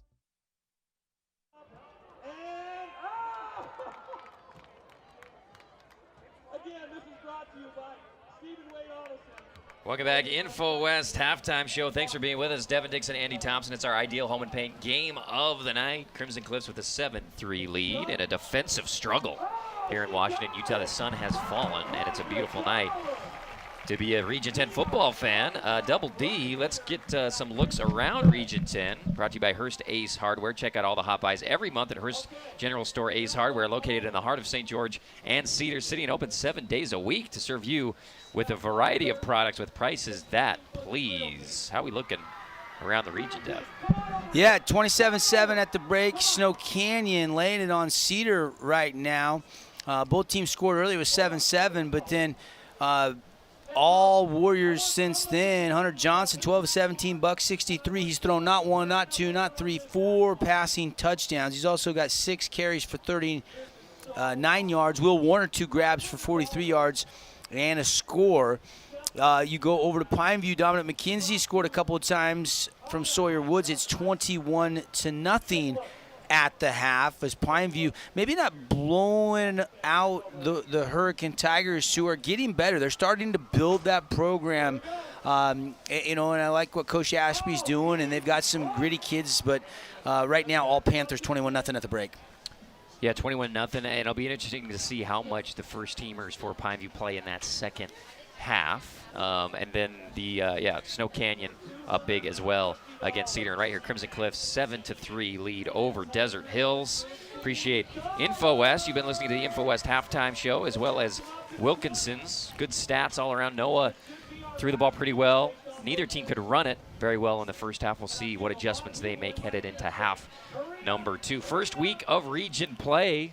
We're halfway through most of the games. Be sure to stay tuned afterwards for the wrap-up show brought to you by Bucks Ace Hardware, as well as putting out some highlights tonight. Region Rush Friday night edition.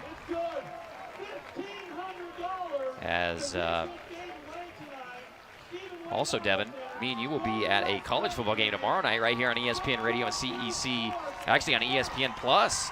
Dixie State with their season opener at home, Greater Zion Stadium tomorrow at 7 o'clock against Sacramento State. Yeah, it's going to be a lot of fun because this is the season opener. This is really the start of the, D1 era. I mean, they got the 5 games in the spring. They went 2-3, which was great experience. Everybody got that year of eligibility with that blanket waiver that the NCAA allowed. But this is it. I mean, 7 games ranked in the top 25. Obviously, this is a huge schedule.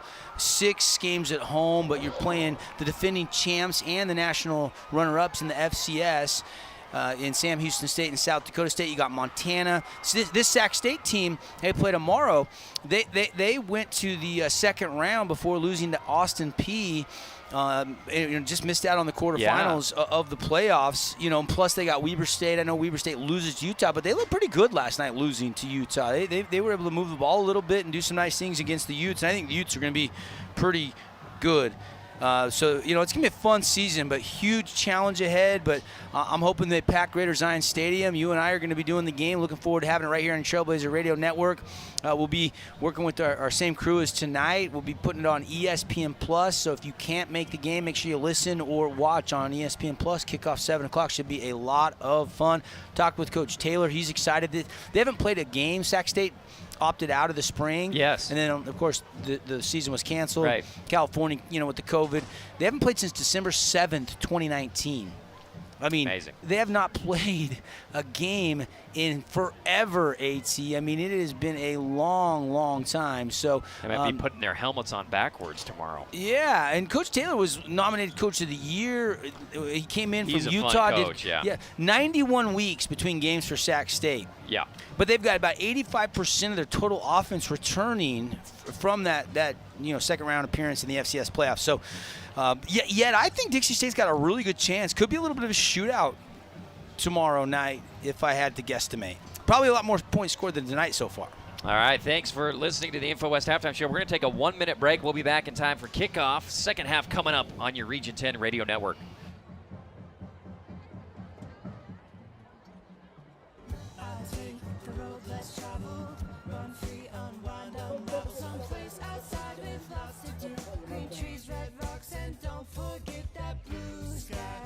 Sunshine, shining, sunshine, pouring on me. Think I might just stay a while. Say hooray all day because the sun is gonna shine on me. Sun is gonna shine on me.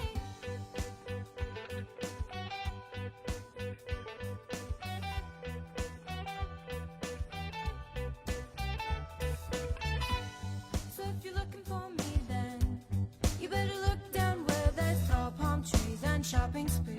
Sip my tires and don't forget that blue sky. The sunshine, shining, sunshine, pouring on me. Think I might just stay a while. Say hooray all day because the sun is gonna shine on me. Sun is gonna shine on me. Sun's gonna shine on me.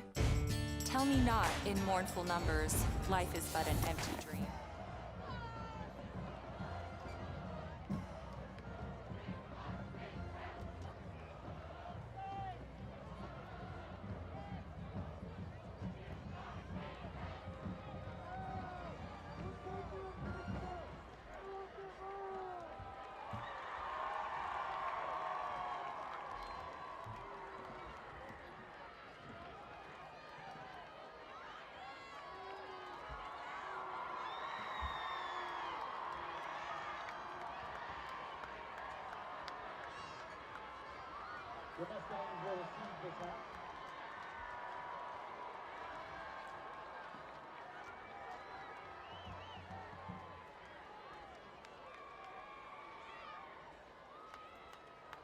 Welcome back.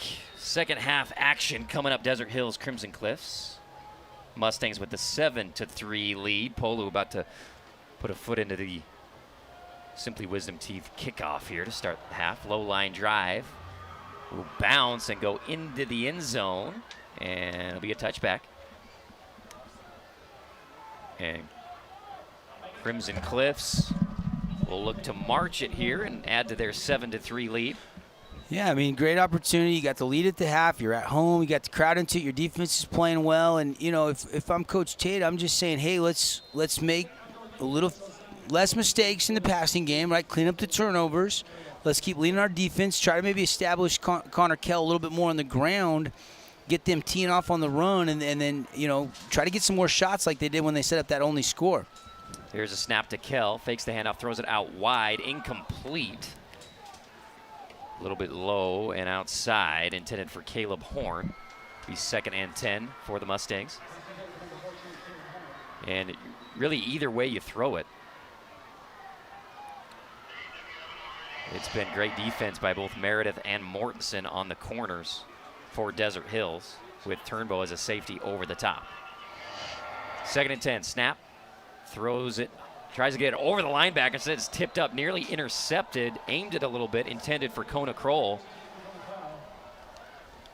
Good awareness there by, I think that was Holmes maybe, who got his mitts on it. Link's having a heck of a year, isn't he? Both sides of the ball. Tremendous, yeah. Don't want to go 3 and out to start the second half, right?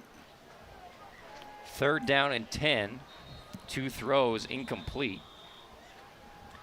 And we got the referee. Somebody's got to come off the field. Saying this kid's... Richie didn't get off in time, and so they didn't allow the substitution. So they sent back Caleb Horn, and Richie's going to come back on. I think's what happened. All right. Here we go, 3rd and 10. Got a bunch trips to the near side for Kell. Takes the snap, rolls right to the short side of the field. And he's going to be knocked down and out of bounds, and that'll be a sack for Eric Olson. Oh, Eric Olson just kind of two-hand shoves him to the ground. Kell, you know, he's probably thinking about those 3 picks in the first half. Didn't want to try to force the ball. He's trying to buy time. And just nobody's open downfield. Covered sack, and Olson backs the Mustangs up. And that's exactly what Coach Barry wanted from his team coming out of the break. I'm sure he had them pretty dialed in at the break, firing the guys up. Turnbow. If I'm Turnbow, I'm creeping up a little bit and want to return this sucker. He's standing at about midfield. Yeah, but remember the one punt went over his head, and it cost him a lot of extra field position. Here's the kick. Turnbow's in a good spot, and he will field it, but great coverage by Crimson Cliffs. That's Aquin with the tackle right at the CC at midfield. Yeah, Aquin coming in there, filling his lane. You know, Turnbow's got a quick first step, but he got there just in time. Breaks down, goes low, and just gets a nice little tackle around the knees going to the ankles. Desert Hills, see what adjustments they can make from the first half as we see the little jump around going there by both student sections. Getting fired up here for first possession for Desert Hills. Here's Noah. He'll put Olson in motion. Takes the snap, flips it out to Tyden, who cuts it back up, and he hasn't had a lot of space to move tonight at all. This red wall of Crimson Cliffs takes him down. When you got Jackson Griffiths and Marley Sagapolu in the middle, and they can get all the way wide and help make that tackle, it's difficult. You just can't seal those guys. They're impossible to hold blocks on for very long whatsoever. And here's Holmes in motion. They're going to flip it out the other way, and there's Tyden with a big hit against a safety. And gets close to the line to gain, about a yard short. Get floored. Big hit there, but that was the running back, Tyden Morris, with the delivery there. He just gets low and just bulldozes. He's the type of back, he'd rather go over you than around you. Tyden Morris's back, that ankle looks pretty good. 3rd and short. They've given it to Tyden both times. Let's see if they just go right up the middle to him. 3-man front for Crimson. No, they're going to throw it on 3rd and short. Noah's going to pull it down and run for the first down. And he'll get it for a Fabulous Freddy's. Yeah, and I'm sure they've worked on that. You know, Noah, trusting him, quick passing game, it's not there, and he sees a lane and he goes quickly. Good decision. Nobody there, and then go. Fuitalolo is a really good runner. He's ran a lot of RPO coming up through in his young football career. 1st and 10 from the Crimson 34-yard line. Noah throwing on a seam bullet pass right to the chest and caught for another Fabulous Freddy's first down. Is that Lincoln? Lincoln Holmes again, yeah. Sticky hands there, and another ball right on the money by Fui. I like how he gets it in there quick in between. Griffiths had the pick in the second half. He didn't mess around. He got that quickly there before Griffiths could get in the lane and tip that away. And put a man in motion. That's Lincoln Holmes again. He'll get the sweep and lowers the shoulder, takes a big hit, and gets out of bounds. And Desert Hills is marching inside the Red Rock Real Estate red zone. Yeah, this is the best drive offensively they've had. I mean, I don't know what the coaching staff gave them. Probably a little fiery speech like, let's go, boys. They've come out and really, but they haven't punched it in. And you know that this defense, you can do that bend but don't break. They held them to a field goal in their only trip inside the Red Rock Real Estate red zone, and this Mustang defense would love to do it again. 2nd and 5. And Marley's got him. Sagapolo wraps up Noah in the backfield, whips him down for the sack. I love Marley Sagapolu. I mean, this guy is a man among boys. I mean, once he gets his big arms around you, it's kind of like Bobby Wagner. If you can touch him, you ain't getting away. He's going to bring you to the turf. And Noah went down. Another sack for this defense. Like I said, bend but don't break. Just on cue, They get a sack. And now Desert Hills behind the chains a little bit here on 3rd and long. Trips to the far side. Here we go. Noah, they're sending A-gap pressure. He's got time to throw it over the middle. High, intended for Turnbow. Incomplete. Well, not a bad guy to target there, but, where he threw that, I think only Eric Olson would have been able to catch it. And Turnbow's about 5'9" and not 6'6". So really good job by Morris chipping and getting a block on Jackson Griffiths to give Noah some time, but that's pretty good coverage downfield. And now you got to settle for a field goal. So another drive. Shaden Scott is 1 for 1 from 42. This one's going to be from about 39. Scott. Dead ball whistle here. Right, you don't want to back up 5 here and turn it into a 44-yarder. Yeah, it looks like it'll go against Crimson. Yeah, I don't think that'll change the mind of the Thunder coaching staff. Hey, just a reminder, we're looking for our Ernie's 2 Sinclair Station Player of the Game. We'll name one for each team, as always, inside our Region 10 matchups head-to-head. It's the first night of Region play. Also going to shell out the AWP Appliance Wholesalers Plus Playmaker Play of the Game. I don't know if we've seen it yet, AT. We've seen some good plays, though. But a 34-yarder coming up for Scott. A little bit of a low snap field. It gets it off. And it's good. Nailed it. Desert Hills cuts the lead 7-6 on your We Win Injury Loss scoreboard with 8:48 in the 3rd quarter. Crimson has the lead by 1, 7-6 on your Region 10 radio network. We'll take the break, be back with more 3rd quarter action right after this.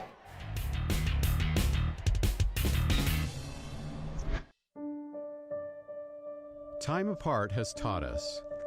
In our social distance, we found space. Space to ponder. Space to connect. Space to imagine. Space to heal. In the emptiness, we found meaning. In silence, we found beauty. In separation, we've discovered there is so much more to find when we find our space. Find your space. Hey, it's Luke with Udine Associates at American Family Insurance. At Udine Associates, we love insurance so you don't have to. With a quick call, we can get you an instant quote with the right coverages. My team of licensed agents are ready to help you with better insurance from American Family. Give us a call at 435-251-9102. Kick fielded by Tyson Marshall as we get back from break.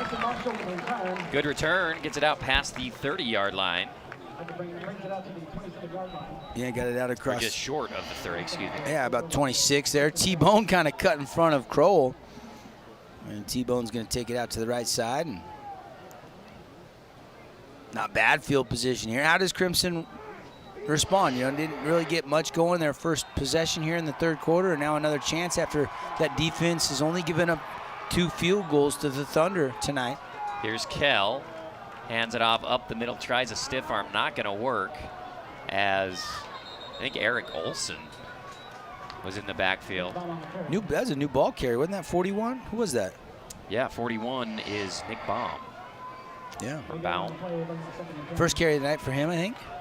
Look at Tried to stiff arm there, but there was nowhere to go. Big, lanky defender.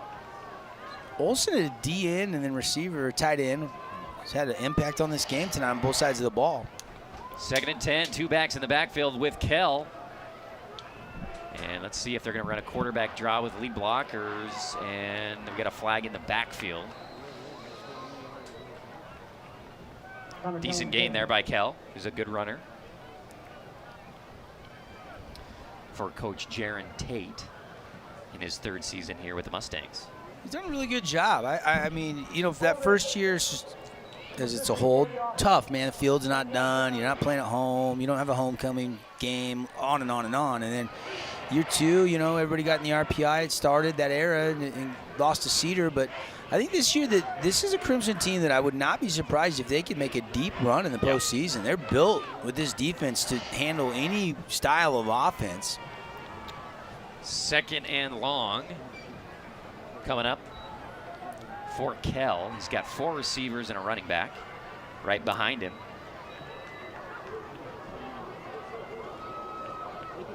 Here's the snap. He'll hand it and nowhere to go. He fights hard, but good defense once again by Desert Hills. Yeah, and Desert Hills' defense, we've given Crimson a lot of credit, but Desert Hills' defense deserves a lot of credit too. You talk about the 3 takeaways in that first half. Yeah. They have to lead 4A in takeaways. I mean, you know, Turnbow had the 4 picks week 1 and another one. They've got 3 more picks tonight. This is an opportunistic defense. They've got a lot of Oskies. You know, they went up to Cedar Valley, and I think they muffed a couple punts, got some fumble recoveries. Here's the throw. They're just going to throw it up once again to Ritchie. May have been grabbed. He was. PI is going to be called on Meredith. Yeah, he just never got his head around early enough. Had he got his head around, that ball was hung up there, and he probably could have went and got it at its highest point and intercepted it. Instead, he didn't turn and locate the ball, and then the contact came before the ball arrived, and clearly pass interference right there. He just hooks him. He just hooks him a little. Not a ton of contact, but enough with the hook there to draw the flag from the sideline referee. And Ritchie is in pain, serious pain. He's down on the ground. He looked like he hurt something in the first half and may have re-aggravated it on that play as the trainers go out and take a look at him. Well, he comes from a pretty tough family. I mean, his dad will just throw him in a full-on ice bath tonight, and he'll be ready for next week. Be all right. Hopefully it's nothing serious. He's moving. He's going to get up under his own power, it looks like. Might have the wind knocked out of him, Andy, but you're right. He did get a little something earlier. He can be okay. Yeah, it seems like. Maybe. Yeah, I'm not sure, but he's getting up, walking off. He's kind of been their only deep threat. Yeah, he's a burner. He's got good wheels. Appreciate Intermountain Sports Medicine, of course, with trainers at the game tonight, helping keep our Region 10 athletes safe. Yeah, Ashley Woolham, Intermountain trainer down there, taking a look at Jackson Ritchie right now. You hope it's nothing serious. And that's a huge penalty there, because now you've got 3rd, and it's not an automatic first down in high school, as you know. But now you're bailed out now here to 3rd and 4, 3rd and short 5. Big play for Kell. See if Crimson can convert. He looks over to the sideline, gets a signal. And here we go. Looking for the reverse open sweep, pitches it out. Cuts back, is decked, big hit. Coming backside, Robbie Tangra, the big fella. Yeah, that play, Drew Bay was really deep in that pistol look, and it just took too long to develop. And I mean, it's that reverse pivot shovel, and he doesn't catch it with a lot of momentum, never really gets up to full speed, and there really wasn't enough blocking to really spring him there. Well defended by the Thunder front 7. Tremendous pursuit by one of the most accoladed linemen. And defensively, Desert Hills has been very stout here in this 3rd quarter. Here's the kick coming up. Booted high. Good hang time on this one. Turnbow will have a chance to fill it. Instead, he changes his mind at the last second, allows it to bounce, and stops dead at about the 20. Yeah, Turnbow's not really reading it off the foot because he's so fast, but he was full speed and still couldn't get to that football. And I'm not sure if it was the initial jump reading it or if that had some spin and just kept going left and left and left, but he just couldn't get it. Didn't cost him a ton of yardage, though, and sometimes as a return man, you have to pull off it. You do not want to risk bobbling it and fumbling it and giving the opposing team the ball in good field position. Appreciate Sport Clips providing our Star Watch tonight. Here's a run to the left side. Good gain there on first down. Sport Clips, it's good to be a guy. Walk-ins are always welcome. Ask for the MVP treatment at 2 Southern Utah Sport Clips locations. Yeah, nice. I think that was the longest run from Tide Morris tonight from scrimmage, 8 yards. He might have had one more that was about the same, but. 2nd and 3 for Noah. They'll go student body right this time, and he's going to be caught in the backfield. Great penetration once again by Crimson Cliffs. And is that? I'm telling you what, the defensive line is winning tonight. Both these offensive lines are good, but their defensive lines for these respective teams are just better. They're just better. That's Nalu Lu, the punter. Gets a tackle for loss. 3rd and 6. Come on, he's not a punter, he's a linebacker. For Noah. High throw out to Olsen, who catches it. He'll be stuffed short of the line to gain. And again, you throw that quick passing route, you're not getting to the sticks. We saw that in the first half. They went to Olsen, and you got to run that route just a little bit deeper, because even if you run into the DB and you close the gap, you still can frame up. You're 6'6". You got to make them go through you. If that ball's thrown on the money, Eric Olsen's just I gotta believe he's got to run that 2 yards further downfield. Here comes the punt team once again for Desert Hills. Polu will kick it for the Thunder. 7-6, Crimson with the lead. Ball is low and bounces, nearly touches somebody from Crimson. That was dangerous. Corbin Cuff almost allowed it to bounce into him, but no. Desert Hills will take over. Got a Hearst Ace Hardware update. Corner of Boulevard Bluff, downtown St. George, heart of Cedar City. Will Warner, 39-yard touchdown snag. Snow Canyon pulling away 34-7 over Cedar City in the second half. Wow. Thought it would be a little bit closer over there. Yeah, I thought it would be an 8 to 12-point game, something like that. But, Canyonview almost got Cedar, went to overtime last week, but Cedar comes back and wins that game. Snow Canyon, just because of the way they lost, but I don't think people realize how good Ridgeline is. I think Ridgeline is the team that's making the most noise up there in Cache Valley. It's not Skyview. They lost a ton of seniors, but Logan, Green Canyon, Skyview, Ridgeline, they're all some of the top-ranked teams. Handoff goes to Drew Bay. Tries to get around that corner, but he's stacked up by a bunch of Thunder players who are patrolling those edges really well tonight. Yeah, Dawson Bundy there and had some help with Broden Cox. 2nd and 9 coming up for Kell. Cox was the guy that got there first, 22. Thunder rocking the all whites with the silver emblem on the helmet and the light gold numbers tonight. And they'll run the same play the other way, right up the middle to Drew Bay. This time he gets a couple of yards. 3:48, third quarter on our Nets on Fire clock. 7-6, Desert Hills trailing 7-6 to Crimson Cliffs. Well, one thing you like if you're, a fan, you like both teams defensively have been really good tonight. Obviously, both teams offensively have struggled, but it's region play. It's head-to-head. It's crosstown rivals, and these teams are really making it tough on the opposing offenses. Another third down coming up, 3rd and 5 for Kell and the Mustangs. They'll motion Drew Bay out wide, and they'll look that way, then throw the other way, caught. And great discipline by Desert Hills as they're going to stop him. I thought that was a good play design, but better discipline. Crowell makes the catch, kind of fake left and come back to the near side screen, but Taven Mortensen ended up getting there first, hitting and spinning Crowell around. And Lincoln Holmes came on a blitz, but look at Taven going low, and then obviously some help coming. Izzy Meredith ends up making that tackle. And it's a, field position game right now, ball control type game. Neither team able to string too many first downs together. Desert Hills has that one drive, their opening possession of this third quarter, where they had to settle for 3. But other than that, not much sledding room on offense. Here's Lou. Kicks it high. And Turnbull will let it bounce. Catch it on the hop at about the 20-yard line. Here he goes. Great coverage by Crimson Cliffs. Big hit right around the 24-yard line. Nowhere for the electrifying Austin Turnbow to go. Yeah, maybe if he comes back to the left side a little bit, everybody kind of flowing to that right side, but he kind of goes right up the middle, and Jackson Griffiths and company right there. That's what you got to love about Griffiths is he brings it on special teams, Yeah. Doesn't expect to get a break, makes big plays, in all phases here. There's a blindside block on the return against the Thunder too, so that's going to back them up 15 yards. And they're going to be inside their own 20 at about, it's not going to be half the distance. They're going to be clear down about the 12-yard line, I think. Yeah. Yep. Penalties have really hurt the Thunder tonight here on the road. As once again, they'll start a drive inside their own 15-yard line.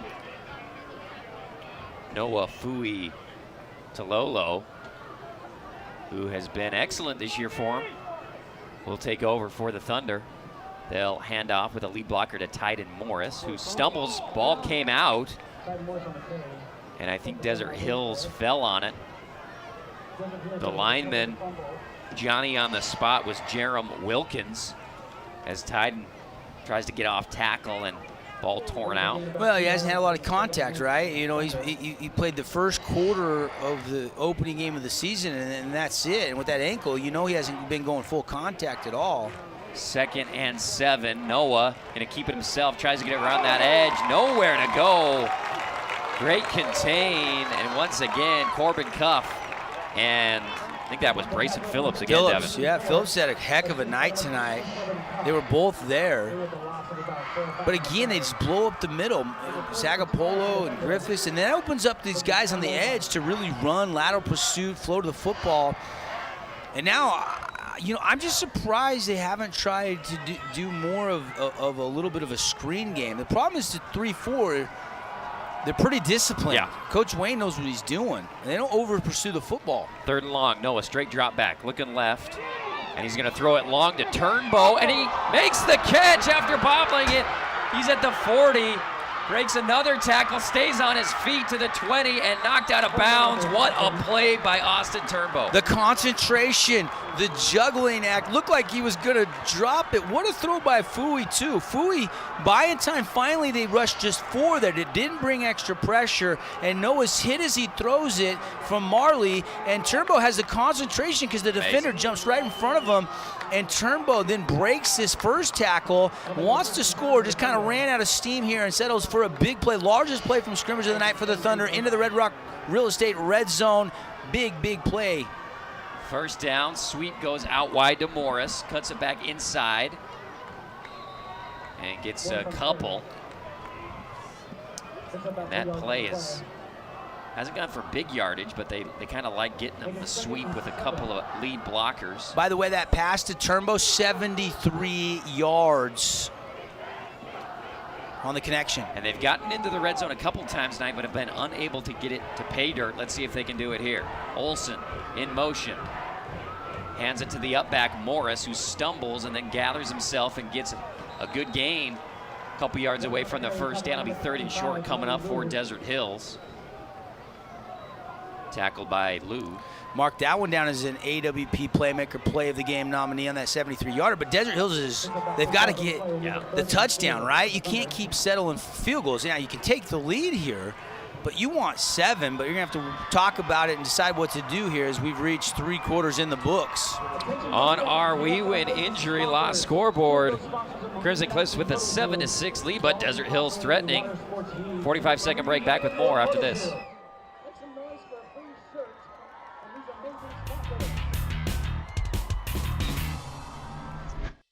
When it comes to your child's teeth, Dr. Cody and his experienced staff at Johnson Pediatric Dentistry are game changers. So when it comes to checkups, a toothache, or any problem with your kid's teeth, call experienced veteran Dr. Cody Johnson at Johnson Pediatric Dentistry, 628-0511. Simply Wisdom Teeth is all they do, and they always make it simple. With everyday pricing at just $899 for all 4 wisdom teeth removed, including sedation, they've got over 600 5-star Google reviews. For appointments, call 635-1243 or visit simplywisdomteeth.com. Devin Dixon, Andy Thompson here with you on our Ideal Home and Paint Game of the Night as we see the replay of the play of the night so far for Desert Hills. The star, Austin Turnbow, finally breaking the lid off that defense for Crimson Cliffs with a 73-yard gainer after a circus catch. And now Desert Hills with a 3rd and short in the Red Rock Real Estate red zone. And we'll see what they drop here on third down. They got the big back, Tyke Morris, who hasn't been able to break free very much tonight. But he is a bruiser in short yardage situations. Noah, the quarterback, also a bruiser as a runner. Yeah, no question. May not have to be too cute on your play call here. Noah's about 6'2", 220. You know, coming up through, he's quarterback. Had to, cut weight, because when you're in, 6th, 7th, 8th grade, you're an X-Man. If you weigh too much, you had to always try to trim down to, play that position. He was always able to do it. Sweep goes out to Holmes. They seal the edge. He cuts back and gets the fabulous Freddy's first down. Mm-hmm. And that's smart. Maybe you can continue to go east and west there, but once you turn north and south, you put your head down. Now you're going to push forward. And Holmes has put a lot of time in the weight room, man. This kid's an electric guy. I think he's got a chance to be a D1 basketball or football player, just a junior. He's going to be a starter for Coach Allred on the Thunder basketball team this winter. First and goal from the 5. They'll sweep it out again to the right side, and Morris runs somebody over and gets inside the 5. Get floored. Woo! That's the second time Morris has floored somebody. Get floored construction. You're looking to remodel your home, or they have homes for sale right now. See their beautiful showroom on Riverside Drive. Todd Morris for the second time saying, get floored right here. Oh, the big fella. He just gets lower than Phillips. And Phillips, you got to love it. He's sticking his head in there. He's trying to get low, but Morris runs with such power. From the 3-yard line, power pistol. Handoff to Morris. He spurts through the 5-hole for 6. Morris is a difference maker for this Thunder team as the fans are loving it on camo night. Finally getting that touchdown, 12-7 PAT pending. And it's just power football. Good job sealing that edge to where he can get the cutback. Only one guy that can come in and make that tackle, and that was Corbin Cuff, and he just didn't get there quick enough. And they had to scratch and claw for each one of those yards on that drive, but the offense has kind of come alive in the second half and at least been able to sustain some drives, as they will go for 2 here to try to extend the lead to 7. Trips to the near side. Noah looking that way, then looking left on an out route. Has his man knocked away. Great defense outside by Crimson Cliffs. That's Isaac Golder with the knockaway for the Mustangs. Yeah, Golder right there. It looked like it was there, didn't it? It looked like they were going to convert that. But Golder able to turn, follow, trace it, maybe just a little late on the throw. If that throw gets out a half a split second sooner, I think they get it. Instead, Golder, with good coverage, was able to recover and tip it away. 12-7, Thunder with the lead. Kickoff coming up, brought to you by Simply Wisdom Teeth. Check out Dr. Hendrickson's 600 5-star reviews at simplywisdomteeth.com. Get all 4 Wisdom Teeth poles for just $899. It's simple, and all they do, Wisdom Teeth, simplywisdomteeth.com. Yeah, this grandstand is shaking, man. The fans are getting into it. Why not? This is fun stuff, one possession game. Now, I might be wrong. I said I thought this game was going to overtime, and now with this 12-7 score, we're not set up for my my hot take earlier today. I thought this game would go to OT. We got a crooked, unless you see a safety happening. Yeah, exactly. With these defenses, maybe that's in play. Kick returned here. I think that's Marshall. T-Bone, yeah. Kicks it out to the outside. He's speedy. He'll try to cut it back. He wasn't going to go out of bounds. We're going to have a late flag and then a scrum as they wrestle him down. Flag landed about the 24-yard line. It's Polu, I think, with the tackle, if I'm not mistaken.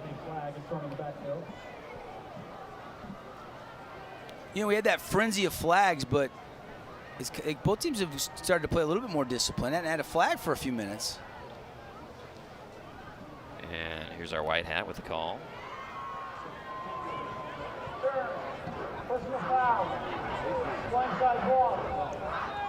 Blindside block, and they're calling those stricter and stricter every year, as we've seen a few of those. You used to be as long as you hit them, on the side, but it was more to the front, you could get away with it. But if they don't see you coming, you can stop, you can shield. But if you deliver that blow and they don't see it coming, that's a huge emphasis point. We had Gene Van Orden, who's the head of the Southern Utah Officials Association, come in, and right there, he never saw that coming. And was it malicious? Was it clean? In the old days, yes, but now that is not a clean block. Cal looking for the bubble. It's guarded beautifully. Instead, he's got to pull it down and run. Tries to shimmy shake. but can't get past Lincoln Holmes. Lincoln Holmes. He broke down, and Kell, I mean, he's speedy. If he gets past Lincoln Holmes, he has some room. But Holmes right in the middle of the field making a really good stop. And great anticipation over. I don't know if that was Trey Levitt out there, but he jumped that bubble, and there was no way for Kell to go. You saw Holmes, though, not over pursue that play. He stayed in the middle of the field, very disciplined. Backside tackle. Great play. I think that was Nunley on a blitz. I think Cy came right up the middle. No, it was the outside guy. Yeah, maybe that was Boley. Boley, who's done a Christian great job Boley, in the backfield tonight. And I didn't get a look there on the replay either if the ball came out or not, but they said it didn't. 3rd and 15. Kell. Need to make a play, Connor Kell. Here's your sophomore. They need a play out of him. Right, he's pressure, gets drilled, ball thrown high. And once again, Desert Hills in the backfield fast. That was Wilkins who put on the big hit, and Kell is still down. Yeah, he's taking a lot of hits tonight. 2 in a row after he tucked and ran into Holmes. And then takes a shot there. I'm telling you, man, these offensive lines are not bad offensive lines, but these 2 defensive lines and front 7, including the linebacking core for both these teams, have put on a clinic tonight. It's one of those nights you want to be a defensive player and not an offensive player. Yeah, they're dialing it up, both Coach Wayne and Coach Barry, as Kell being looked at after he took a big lick. Full speed, Wilkins was coming through the A-gap. Nobody picked him up. And credit Kell for stepping into the hit and getting rid of the ball. Almost completed it. That's a mature play, but downside is you get rocked. And we'll take a break. We'll take an injury timeout here. 1-minute break. Back with more after this in the 4th quarter. Desert Hills leads 12-7 over Crimson Cliffs.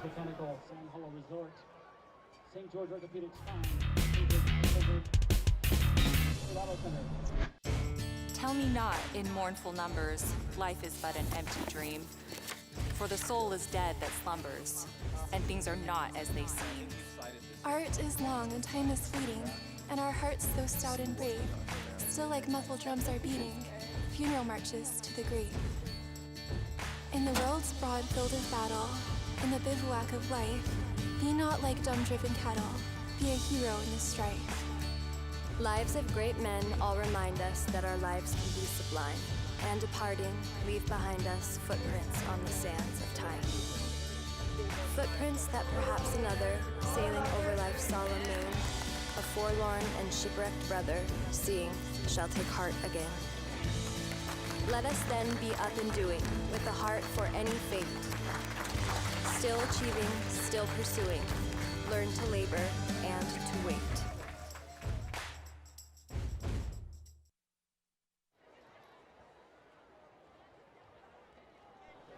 And Kell being helped off the field after taking a big hit. Punt team out for Crimson Cliff. It's 4th and 11 here in the 4th quarter with 9:53 left for our TV audience. We'll see this replay. Watch Wilkins. Just drills him. And both teams have been laying wood all night, huh? That's kind of been the story of the season. Region 10 quarterbacks getting hurt. A fair catch caught by Turnbow. You hate to see it. I mean, Chase Hansen, Crimson Cliffs goes down for the season with the collarbone last week. Noah Fuitololo got knocked out, but hand and took some bunch of shots, didn't return, and that loss to Spanish Fork, but able to come back this week. And he's done a good job hanging in there. He's 21 of 30, 258 yards by my stats, which are unofficial, of course. Of course, a lot of it coming on that 73-yarder Turnbow on that last drive. They got them their first touchdown of the game. Now they got really good field position here to try to take a 2-score lead. Nobody's been able to take a 2-score lead tonight. Run play, stop for no gain. And the good thing is, if you're Crimson, you can trust that defense. You know, even when Desert Hills has had it near the red zone, more times than not, Crimson Cliff's defense has come through for you. The question now is offense. Obviously, you're down to your 3rd quarterback. Yeah, and I would try to get Eric Olson the ball a little more. It's been a while. I'd try to get Olson the ball in the middle. Let him find that soft spot in the zone, run that seam route. 2nd and 8, Crimson sending pressure. We're going to have a flag, and the procedure penalty will go against Desert Hills, as they may have flinched when they showed pressure. you know, you'd love to say, hey, where's a trick play or where's a double move? These quarterbacks haven't had time to run a hitch and go or a out and up or anything of that nature. It just hasn't been that much time. So it'll be 2nd down, 13 now to go for Noah and this Desert Hills offense, bringing pressure again. Noah lofts it up high, wide open receiver, broken coverage, caught, touchdown, Thunder. The DB fell down, and Austin Turnbow broke away with nobody around him, and that'll extend the lead for Desert Hills. Yeah, big time right there. Fui's got another touchdown pass. This kid's been racking them up this year. This one, time to throw, clean pocket. Defender falls down, and Turnbow just waits for it. That's okay because he had the time to do it, untouched. Touchdown Thunder. Those two have been hooking up a lot this season, and they do it there. That's it. And all the momentum is now shifted. Thunder have taken Uncle Momentum on their side. And the kick is up and good. Wow. Simply Wisdom TPAT barely gets through. Barely might be the understanding of the night. I think it grazed the crossbar. And on our, on our We Win Injury Law clock, Desert Hills with the lead, 19-7. Yeah, 19-7, low-scoring game, and there's Turnbow getting some hugs from his teammates. Lincoln Holmes over there. Coach Barry trying to get this Thunder team to 1-0 in region, 3-1 on the season.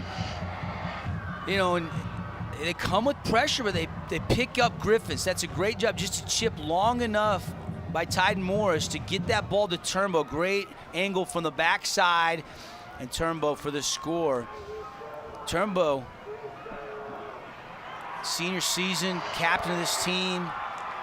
That was a pretty easy one, really, once the defender fell down. And it's too bad. I don't know if it was Golder who fell down or who, but got a quick update before the kick. He's been really good tonight. The secondary at Crimson Cliffs has been excellent. 41-7, Snow Canyon continues to score on Cedar. It looks like Snow Canyon's going to bounce back and go to 1-0 in region play. Still some time left. That game's not a final yet, but they're well on their way to a win. Short kick fielded. And good head of steam and return will get it up past the 30, I believe, for Marshall, and that's where Crimson Cliffs, they got some work to do. Late flag comes in. Crimson clapping like it'll go against the Thunder. And we'll see what they've got to dial up here. We know Gunnar Orr has played quarterback. He converted to a receiver, but desperate times. Yeah, after a couple of those hits. You know, Coach Tate, when I talked to him on the show earlier today, this afternoon, he said, you know, we're going to go with Kell, but if there's a situation where we need to use Gunnar, we feel like we can turn to him if need be. Personal foul will go against the Thunder. It'll march the Crimson and 50 more yards. That right there will infuriate Coach Barry. That one right there, and I'm not sure on this far sideline what happened. They're laying on him, and there must be some retaliation here. Yeah, it's always that. The second it's the push, retaliation, right? yeah. It's the second push. That was kind of. Can't believe it. That was kind of weak. That was kind of weak. Let him play a little bit. Like, you got two guys laying on top of you. There's a little push in there, but that was nothing. But Coach Barry, again, I'm not going to retract my statement. He'll be like, hey, we got to be more disciplined than that. I know he'll take a look at that and go, I don't care if you got pancake and guys are laying on you. You can't retaliate in that situation because now Crimson's got the ball near midfield. 19-7. Desert Hills with the lead. Crimson with the ball. New quarterback in is Gunnar Orr. He'll hand it straight up the middle. Running back is met immediately by Tangren, who has been a monster in the backfield tonight. Yeah, and they're just going, you know, that pistol straight give, and Tangren just whips this guy off the block. I mean, Tangren just goes right through the would-be block and blows that play up. And Ulrich just couldn't hold that block long enough to give him time to get anything past scrimmage. In fact, they'll lose a yard. 2nd and 12, or catch and throw outside. He gets a block, and a nice little play there for Hunter Bear.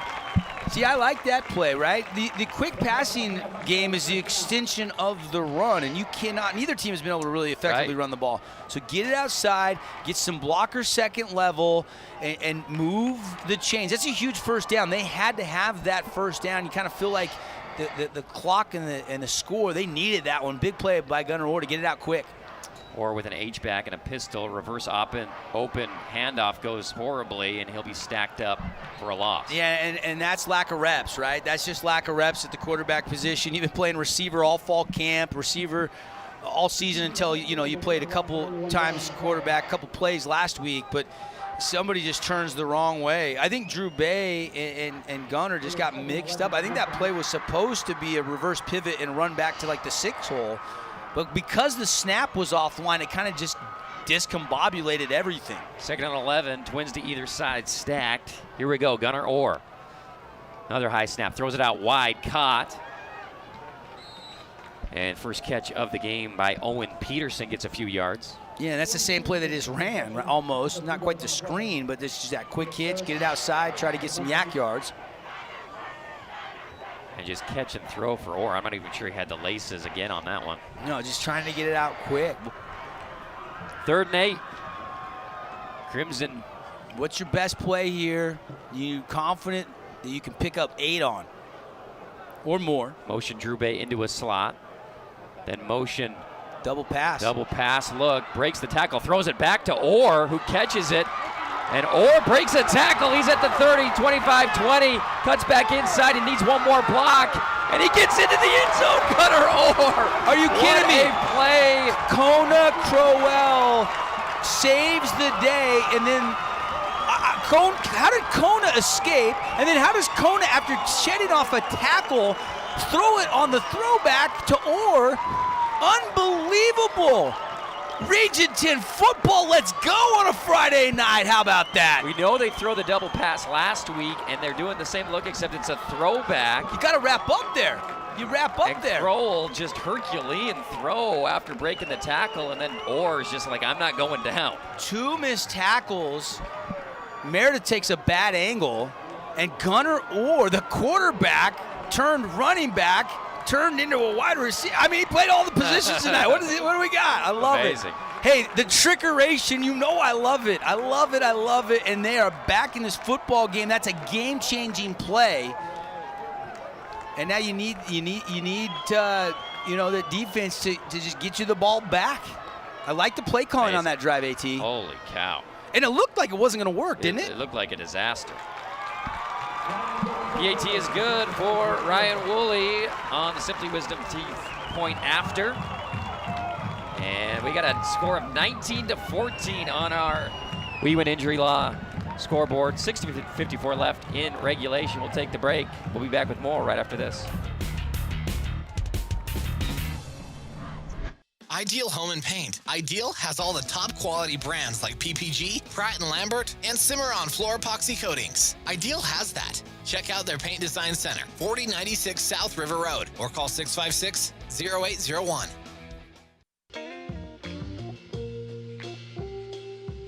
There's so many rewards in life. You coming into our home was one of the greatest rewards we could have ever had.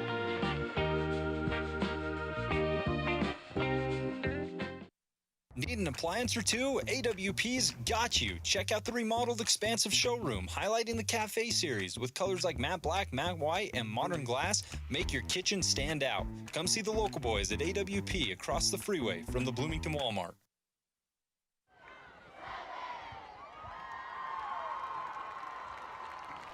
Welcome back. Desert Hills with the lead 19-14, but what a play for Crimson to get into the end zone. Got to be the best of the year so far. That was a circus, Devin. The Rush top 9 will be out Tuesday. That will be in there. Now, if it's not number 1, I can't wait to see what is, because that was sensational. I'm telling you, Kona Crowell made that play happen by just not getting tackled. Kickoff is bobbled by Ford. He picks it up inside the 5. Great coverage by Crimson Cliffs. And he'll be stopped inside the 10. They've had some special teams issues tonight, Devin. Yeah, I mean, you compound it. Yeah. 6:45 on our Nets on Fire clock here in the fourth quarter. And Ford just can't corral it in the air, and that throws him off a little bit. He's one of their most speedy players. Hasn't gotten touches tonight at the running back position. And Noah Fui will have to take over inside his own 10-yard line at the 8. leading by 5 here with 6:45 left in the fourth quarter. Handoff. Up the middle. Titans got room. He gets a block. He's past the 30, 35, 40. Past midfield to the 40. Oh Runs my. a runner over. Are you Titus kidding me? Morris might take this to the house. Oh, no. He tripped up. The turf monster got him.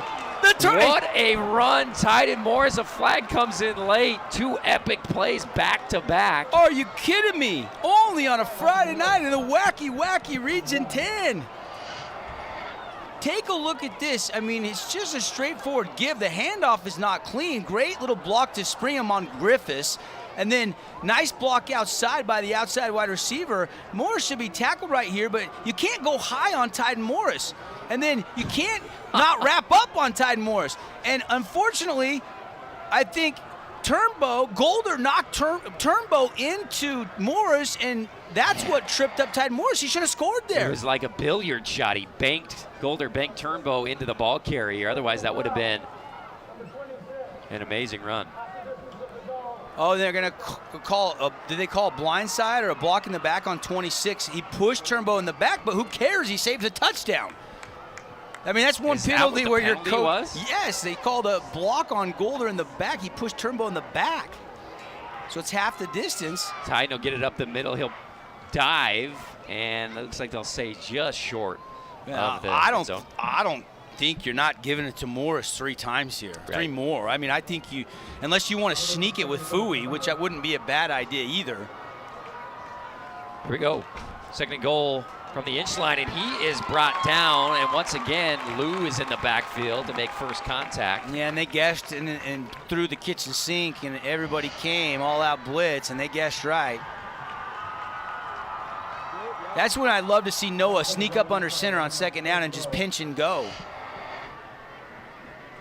And now you probably second guess giving it to Morris again, but it's like Seahawks and the Patriots. Right. I mean, how do you not give it to beast mode? I know you got Russell Wilson and there's 7-8 in the box, but I don't think you throw the ball here. I mean, if you want to fake it and boot Noah out, that might make sense here. Third and goal from the 2. Here we go. Noah looking to pass the slant, throws it and misses it, and he went like your guys did, Devin. Decided to throw it. Now it'll be 4th and goal. This is like a carbon copy of the Super Bowl. I'm having nightmare flashbacks right now.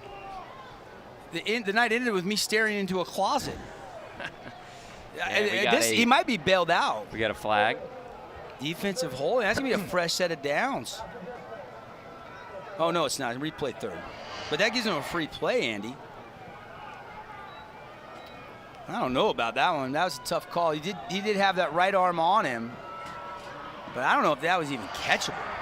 Here we go. Third and goal from the 1. Handoff to Morris. Lowers his shoulder. And the ball. Oh, no, that's a helmet. The helmet comes out. Did they stop him short? Yes. They did. I don't know how, because he had a full head of steam. But Crimson is so tough. Love it. At the line of scrimmage. So disciplined. Stuff him there. They're so disciplined on defense. Even if Noah pulls that D end is staying outside. Big play here. Crimson has too many guys on the field. They're not ready for it for some reason.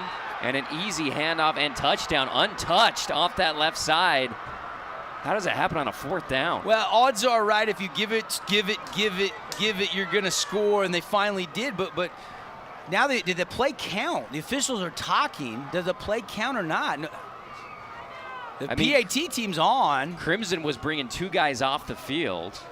Well, if officials conferring here, this is a big call. If they're waving off the flag, touchdown Thunder.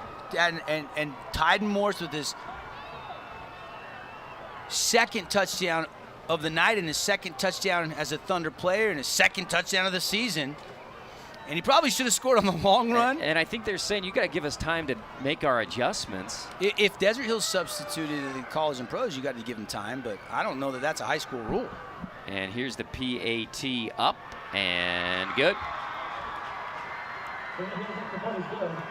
And Desert Hills extends their lead 26-14 on your injury law. We win injury law clock. We'll be back with 5:10 left in the 4th quarter right after this on your Region 10 Radio Network. Hey, Dad, I need your help asking Jessica to prom. Of course. Love is like the ocean. You have to tread the Oh, waters. Dad, that's not the kind of help I needed. Hey, Jessica. Will you go to prom with me? Yes. You don't have to be perfect to be a perfect parent. Thousands of teens in foster care can't wait to share their first with you. Got a project at work or around the house? Well, think Bucks Ace Hardware. Think Bucks for all the top brands like DeWalt, Milwaukee, and Stihl. Plus, Bucks has the best sporting goods department. You've got to see their gun department. It's stocked with a great selection of guns and ammo and accessories. 2 locations at the Dino Crossing in St. George or State Street in Hurricane. Welcome back.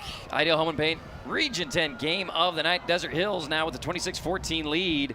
Kickoff bounces into the end zone for a touchback.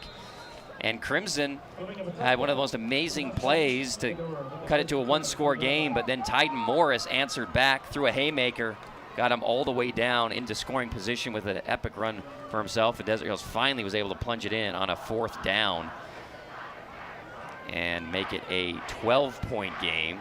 And the issue now with Crimson, you're down to Gunnar Orr as your quarterback, and you got to score really, really fast. And we'll see if they've got some more magic in them here in the 4th quarter. Of course, Connor Kell got injured up high on a hit, took a hit in the pocket, and that means Gunnar Orr is in at quarterback. He's going to throw it, caught to Kona Kroll for a short gain there on 1st down. And they've got to be urgent here on offense. And now we're under 5 minutes. Yeah, I mean, you got to go 2-minute offense here. You got to score quick. Down 2 possessions. Here's Orr. Shotgun through his fingers, bounces, he picks it up, and will be tackled for a huge loss for Crimson. Just a lack of reps at quarterback. I'm not sure if he wasn't expecting it or if it was offline. Couldn't tell. See on the replay, he's looking outside. And he just kind of has it go off his fingertips. Wasn't terribly high. It's one he's got to probably grab. It wasn't a great snap, but it was definitely gettable. 3rd and long for Orr. Maybe a screen situation for Crimson Cliff. I want some more trickeration. Let's go hook and ladder here. He's looking right, going to throw it over the middle. Caught. He's got room to go. That's Kroll again. He's got the 1st down. Wow.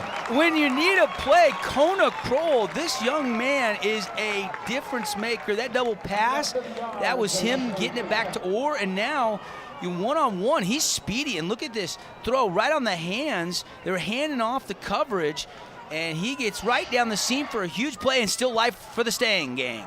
Or looking to throw outside. I think it may have been a run play that he just didn't hand the ball off because all of his receivers were blocking. It might have been a screen too, but it just that play got blown up and he had to just throw it away. Lucky he didn't get called for grounding.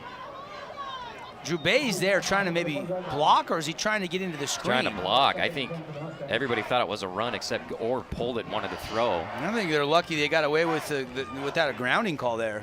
3:42 on the Nets on Fire clock, 26-14, Thunder with the lead, but Crimson with the ball on their own 43-yard line. Gunnar Orr takes the snap. It's going to be, something was out of sync there. Yeah, it will be procedure penalty against Crimson. And just tough when you're down to your 3rd, 4th option. One of your best players, Gunnar Orr, but he's having to step up and play quarterback, and a lot of stuff out of sync. Snow Canyon taking care of Cedar tonight. It's 48-14. There's about 6:40 left in the game. So Snow Canyon's looking good. Pine View's laying it to Hurricane tonight. Snap. Orr throws it over the middle, intercepted. His receiver wasn't ready for it. Gonna take it down inside the 20-yard line. Is that Cy Nunley? And just threw it right to Cy Nunley. Yeah, had a pick last week, got another one tonight. That's the 4th interception by this defense for Coach Rick Barry. And Gunnar Orr, after he made that great throw over the middle, trying to go back over the middle, but the receiver just didn't turn, and Nunley just there to get that pick, and that might have sealed it. If Desert Hills goes and punches this in, and it's going to put this game out of reach. Now Crimson's got to get a fourth down stop quick, or they've got to get a turnover the other way, down 26-14. 3:34 left in the fourth quarter. Here's Noah. He's got two backs back there with him. Hands it to Tyden. Off that left side, he gets a few yards as that clock ticks down. Inside the Red Rock Real Estate red zone. Appreciate Red Rock Real Estate. Check out what your home is worth. Get a free market analysis on what your home could sell for in this hot market. RedRockRealEstate.com. 3:05 and counting for Noah Fui. And they're just going to give it to their ground and pound guy, Tyden Morris, who, aside from that big long run, has just kind of been getting a couple of yards at a time between the tackles. Well, remember at half, Desert Hills had 14 carries for 14 yards, and now they've got 27 carries for 160 yards and 2 rushing touchdowns, both Tyden Morris. And, of course, he had that long one that set up that fourth down run. But how about Noah, over 300 yards, 22 of 31, 306 yards and a touchdown tonight. They'll put Lincoln Holmes in motion as the pitch man. They'll swing it over to him, and he'll run out of bounds. I think he tried to stay in bounds, and then he got tackled out of bounds there. I think he was trying to keep the clock ticking. And they will spot him a few yards short of the first down. And it'll be 4th and a couple for Desert Hills. We'll see if they want to tack on a field goal, which would make it a 15-point game. And a timeout will be called by the Thunder. We'll take it. Scott Gibson team at Intercap Lending. 45-second break. We'll be back right after this.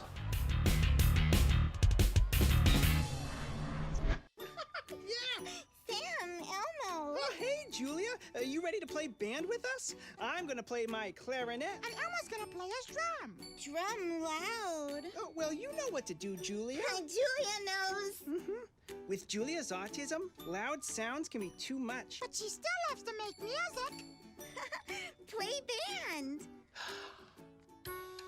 Early screening for autism can make a lifetime of difference. Find out more at screenforautism.org. Fabulous Freddy's is the locals' choice for a full-service car wash. It's fast. Have your car washed in just 20 minutes or less. Fabulous Freddy's always keeps it clean inside and out, with 2 Southern Utah locations as well as in Vegas, Lehigh, and Sandy.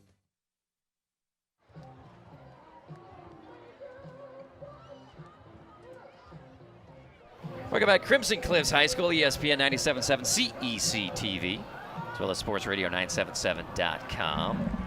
Desert Hills 26, Crimson 14. And Desert Hills just trying to get a few more yards to put this game on ice. It's 4th and 3 from the 10-yard line. Here's Noah in a pistol with Tyden Morris. Hard snap. And he's going to pull it down and run it. And he'll break off a tackle, try to get to the edge, and will dive into the end zone. Touchdown, Noah. Fui right there, shaking off that hit right around the line of scrimmage. And then because of his big frame, 6'2", 220, he's able to push and just roll into the end zone for another rushing touchdown. This is all Fui, too. He's looking downfield, but I like how the decision-making is quick to tuck and to run. Smart play, and ends up in a Thunder touchdown, and that might be the nail in the coffin.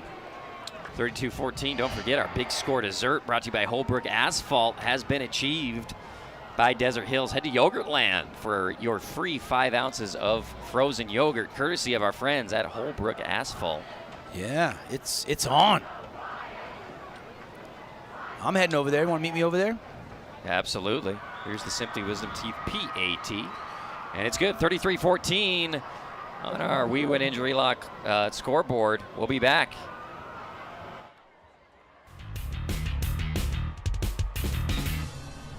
Right now is the time to improve and get ready for the upcoming basketball season. And the best facility with brand new floors and top-notch training is at Nets on Fire inside the Be More Complex. Get small group training with elite coaches. It's time to improve your game. Just visit netsonfire.org.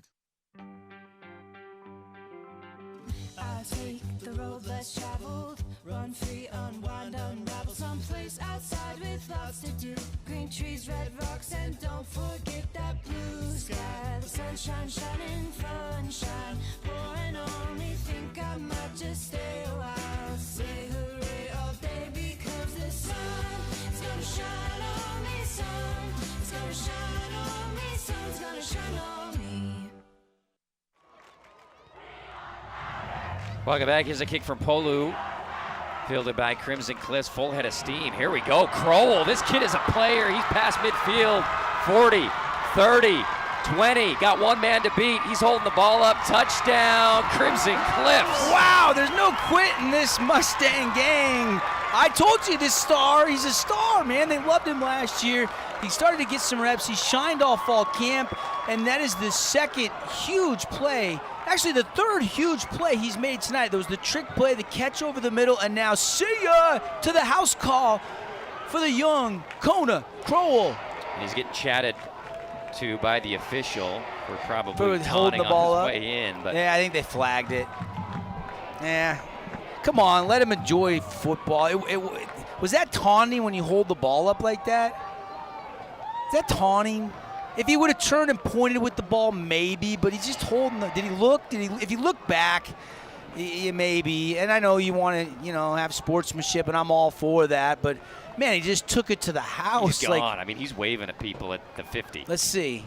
I mean, he holds the ball up, but it wasn't demonstrative. It was, I mean, what would Deion Sanders say? That's what would the Miami Hurricanes say about that? Here we go. Ryan Woolley. Simply Wisdom Teeth kick with 2:01 left in the game, and he lasers it through. And we'll take the break. How about Crimson Cliffs? They ain't going anywhere. Well, they need a miracle still. They're down 12 with only 2 minutes left. Quick break. Back with more after this on your Region 10 Radio Network. There is a place where looking out means looking in, where an impression lasting only a few seconds will be imprinted on a life forever, where courage is forged and innocence rediscovered, where remembering is rewarding and forgetting unforgettable. There is a place where truth is felt and where seeing is believing. There is a place. The real estate market in Southern Utah is booming. Before you sell, talk to a Red Rock real estate agent to see what your home is worth. You may be surprised. If you're looking to buy a home, check out all their listings at redrockrealestate.com. Voted the best real estate company in Southern Utah 2 years in a row. Red Rock Real Estate.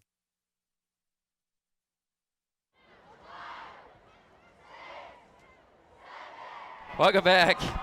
33-21, Desert Hills with the lead. Crimson Cliffs getting ready for an onside kick. They trail with 2:01 left. A star is born tonight, though, in Kona Crowell. He's amazing. Like, this is my first time seeing Crimson live this year, and I've heard about him, and we heard Coach Tate talk about him in the media day, and I've heard so many good things, but this kid's a flat-out playmaker.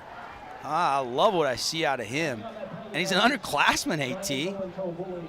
Like, he's going to be around for a while. He is tremendous as Ryan Woolley gets his guys ready. We know he can kick it 52 yards. Can he kick it up high here on an onside kick? Give his guys a chance. He reminds me of a young Andy Thompson. Not Woolley? No. No, I'm not. Here's the kick. Kick goes up high. It's touched and recovered. I don't know if it was touched. Man, I thought they touched it before the 10-yard mark, but it looks like they're giving it to Crimson Cliffs. We'll have to see the replay. Well, nice kick by Woolley. The Thunder up guy on the outside runs right past the ball. Like, he doesn't go hit a block or anything. He just goes and stops and waits for it. Man, I thought it was touched by Crimson. It was touched by Crimson, and it was early. Touched shy of 10 yards. Should have been a legal touch. So we can see that one more time. I'm pretty sure that didn't go 10 yards before it was touched, but they still got life, and this is entertaining. Are you entertained? This is what we want.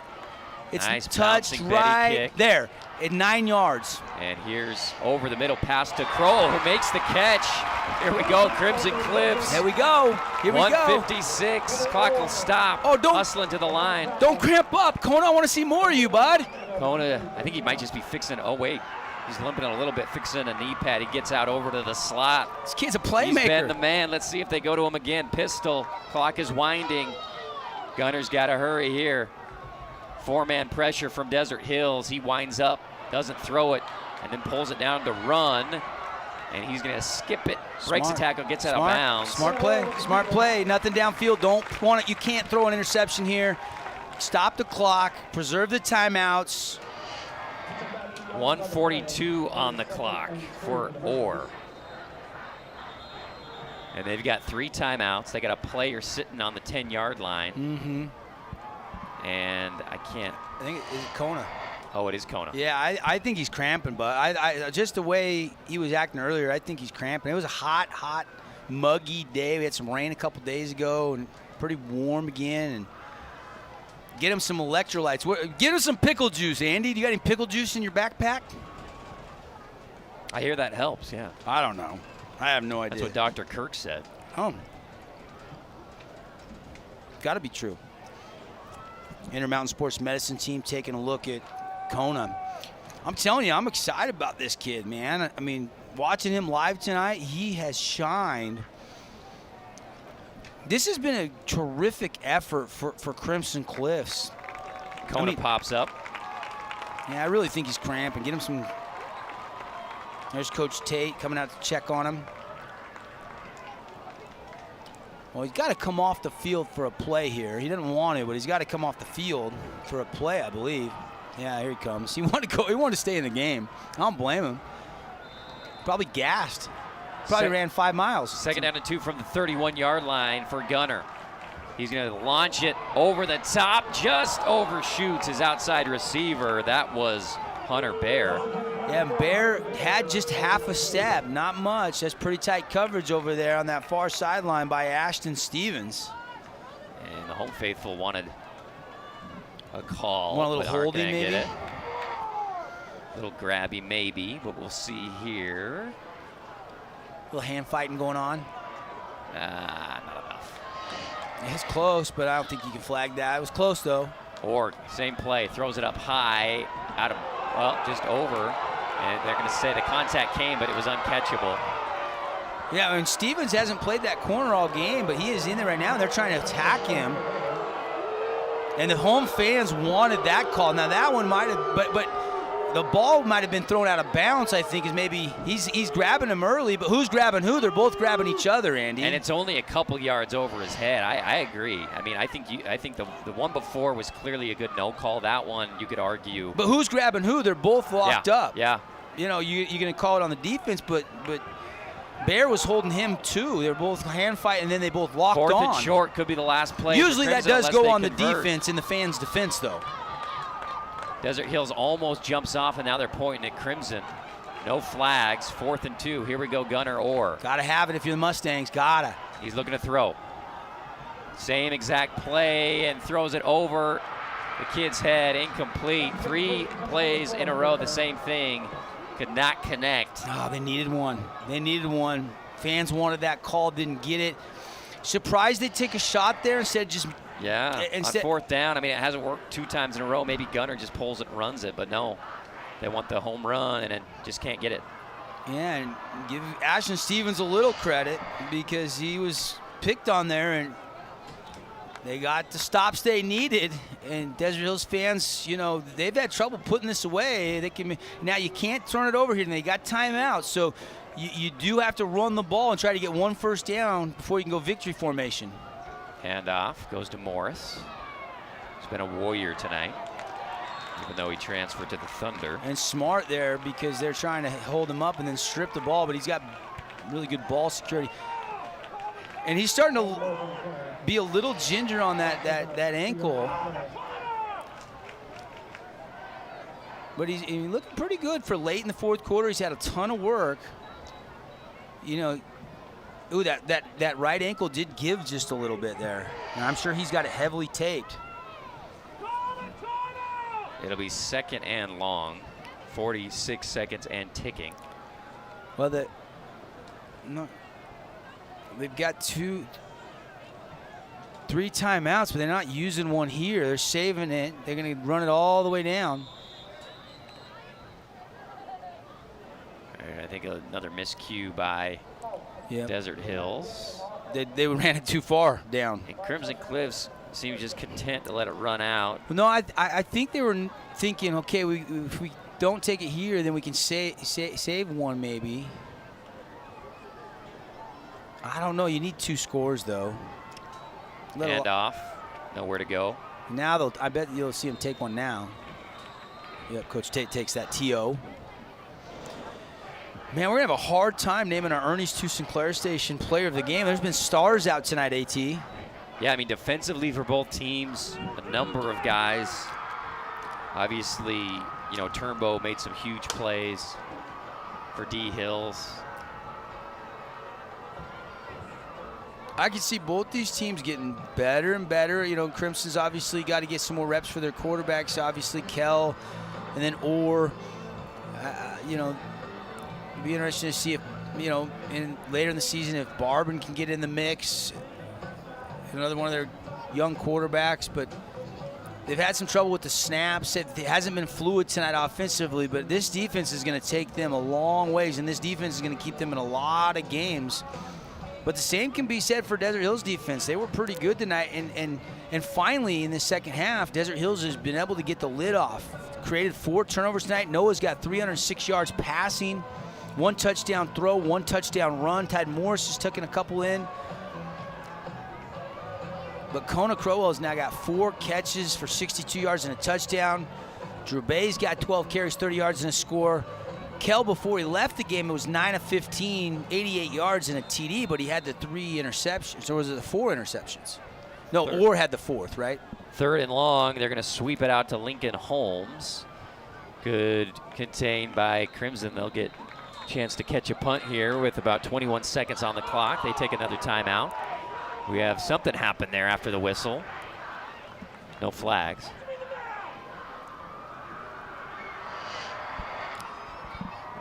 Yeah, whistles blew, and they kind of took Link down, and you could tell Link was about to retaliate once he got kind of thrown down, and he's kind of still going, and then Holmes was like, okay, I better not, and I think that's a good no call. Cooler heads prevailed. Yeah.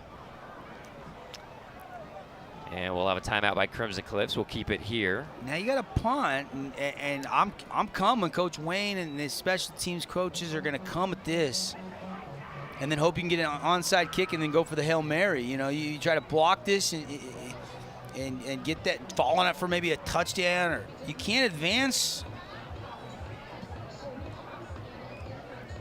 Or you can't advance it, right, on the punt block. Yeah. So it's the kickoff. If it's muffed, you can't advance. But on a punt, you can. So if you can block it, you've got them backed up here to the 20. So I'm putting my speed guys on the edge here if I'm Crimson Cliffs, and having Jackson and Marley blow that middle up.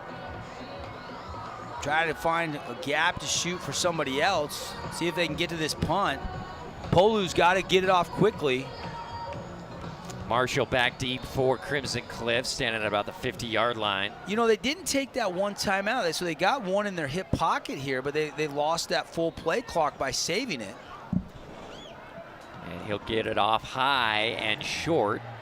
Up comes Marshall, who fumbles it and jumps back on it. He did. He got back on it. That was dangerous there by T-Bone, but able to find it. 14 seconds. And then he just got to take shot. Down 12. Flag on the far side. False start going to go against the Thunder. Maybe a gunner on the outside left early, but just tack it on to the end of the run and go. Oh, yeah, it's decline it. You can't tack it onto the end in this situation, but you want that field position because that was not a deep kick by Cyrus Polu. He's had some boomers, but he's had a couple of misfires. But I think on that one, he was thinking, I just got to get this off, so he rushed it a little bit. Ball will be on the Desert Hills 36-yard line for Orr to try to launch one. They do have one timeout. And here comes the Mustangs offense. You got extra DBs in for D Hills here. You got Izzy and Morty and Turnbow and Stevens and Holmes. And the backers, Nunley and Wilkins playing a little deeper. Or bullet pass to Kroll behind him a little bit. Incomplete. Just playing 4 deep zone there. And if you catch that, you can take the timeout. Only 2 seconds go off the clock. Yeah. And you got that timeout still, so you can go over the middle like that. This has been a fun one tonight. It'll be fun to see, what these two teams can do moving forward. 2nd and 10. Orr gonna pull it down and run it. Breaks a tackle. Spins off, gets the first down. Clock will stop at 6. And Crimson, I believe, uses their final timeout. We'll take it. We got 6 seconds left. We'll take another break as we see Gunnar Orr, who is a great runner. Breaks a tackle, gets a first down, but we'll have probably one more play at the end zone. We'll take a quick 45-second break, back with the last play after this.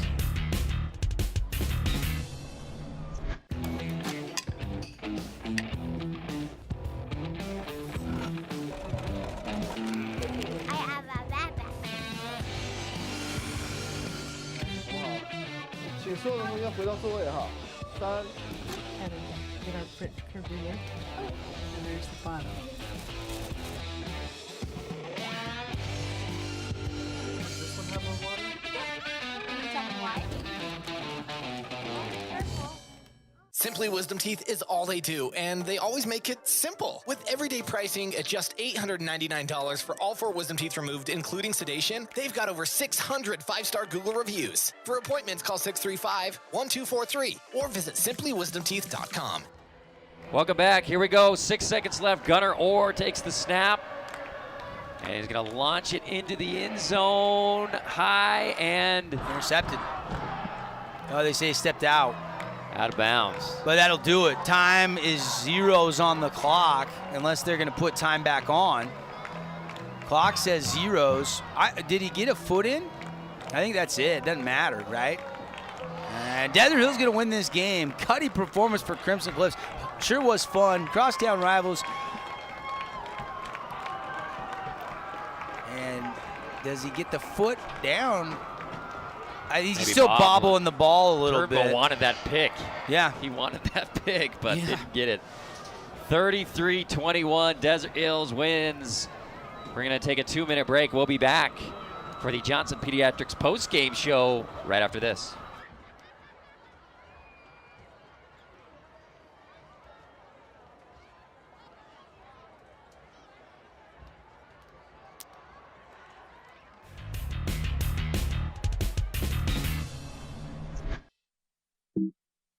Hey, Bobo, do trees tell each other stories?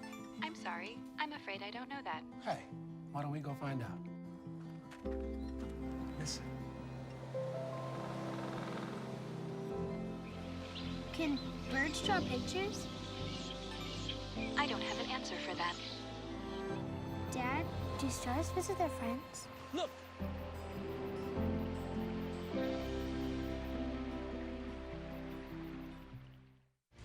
For over a century, Dixie State University has been shaping the trailblazers of tomorrow by providing a culture of active learning, active life. With a paradigm of real-world experience mixed with cutting-edge technologies and rich traditions, we provide one of the most affordable educations in the West set against the most stunning backdrop on the planet.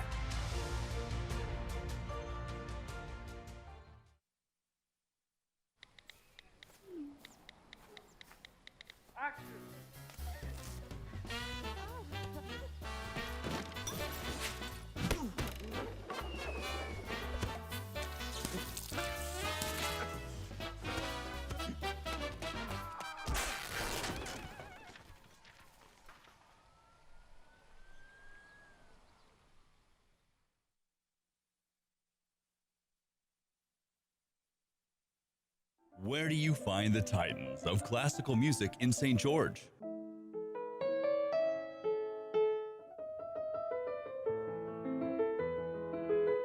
Classical music on Radio St. George, 100.3 FM. Where do you find the legends of jazz?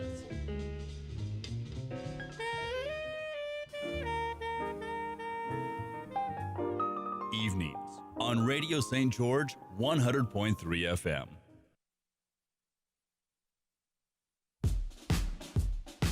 Radio Dixie 91.3. Young the Giant, something to believe in. John, what song do you want to hear? Next, Miss Calendris. You'll be on the SWAT team, the SWAT team. Did a fantastic situation. I should talk to you. I was going to talk to you last time.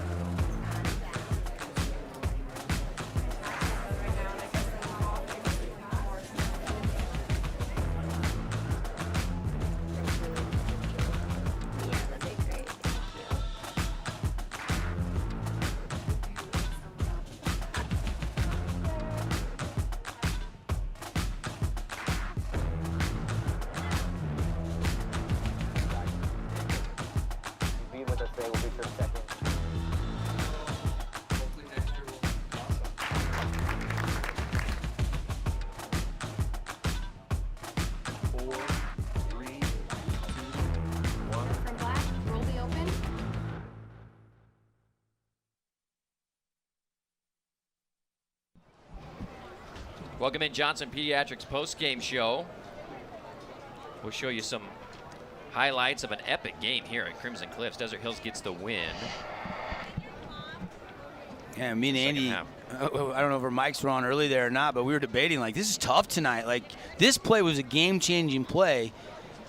The offense had really been stuck in neutral. They had 6 points, and then Turnbow gets that 73-yarder. Morris punches it in at the start of the fourth quarter. And finally, they went for two, and it was 12-7 at that point. And then, boom, Turnbow behind the defense, starting to get a little separation. Looked like Desert Hills might run away.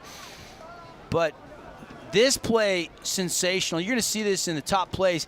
Kona makes a great pass back after he avoids a would-be tackle, and then Gunnar Orr changed the complex of this offense. He's just a playmaker. And when he came in, they started to show signs of life, getting the ball out quick, his athleticism. But watch this. This one was kind of a backbreaker here. Tide Morris all the way down. Get off me. I'm going to go over you. He ran over. He floored a bunch of people. Get Floored Construction, our sponsor tonight. He had a couple of those. Tide Morris was playmaker, and it was a block in the back that knocks Austin Turnbow into him. But this was actually on fourth down. They got a replay on third down. The only pass they threw, but they punch it in. And then the pick, Nunley. And at this point, you're like, a couple minutes to go. Looks like Desert Hills is going to seal this game. But there was no quit because this kid, Kona Crowell, see ya. And he shows you the junior can fly. Out racing Cyrus Polu there, touchdown. And all of a sudden, you got to go to the onside kick. And guess what? They get it. But couldn't get any closer, and it ends up being game-winning score for the Thunder, 33-21. This is the Johnson Pediatric Dentistry post-game show. Andy's going to go down on the field, try to get some reaction and interviews, and we will wrap the whole night up for you in the booth here from Crimson. And what a night it was as Region 10 play got underway. And, you know, this was the closest game of the night. It really was, and we thought it would be. In fact, my hot take of the week today on the Devin Dixon show earlier was this would go to overtime, but the score kind of got lopsided with the field goals and whatnot, but it was still a heck of a game. And like I said during the broadcast, I feel like both these teams are going to have a chance to be, maybe top 5 or 6 seeds going into the playoffs. Now a lot can happen. I mean, I think maybe Gunnar Orr kind of solidified the quarterback position a little bit. Kell, just made mistakes, just young, just a little bit of inexperience, throws some interceptions. Desert Hills is very opportunistic with the takeaways. 4 interceptions by this Thunder defense tonight. Just 1 turnover for Desert Hills, and those extra possessions helped D Hills out. And they did a good job on third down. they were only about 25% at half, and Desert Hills on third down ended up 40% for the game, 8 out of 20, and most of those coming in the second half. They were 1 for 1 on fourth down, and that was that touchdown run by Tyden Morris when Crimson really needed the goal line stand. Dr. Cody and his staff make your kids feel right at home with all your kids' dental needs. Always ask for the new patient special. If you're a new patient, your kids will be in good hands with Dr. Cody. Exam, x-rays, the cleaning, one low price, $79. 2 locations, new location in Washington Fields next to Lynn's or corner of Sunset and Dixie Drive.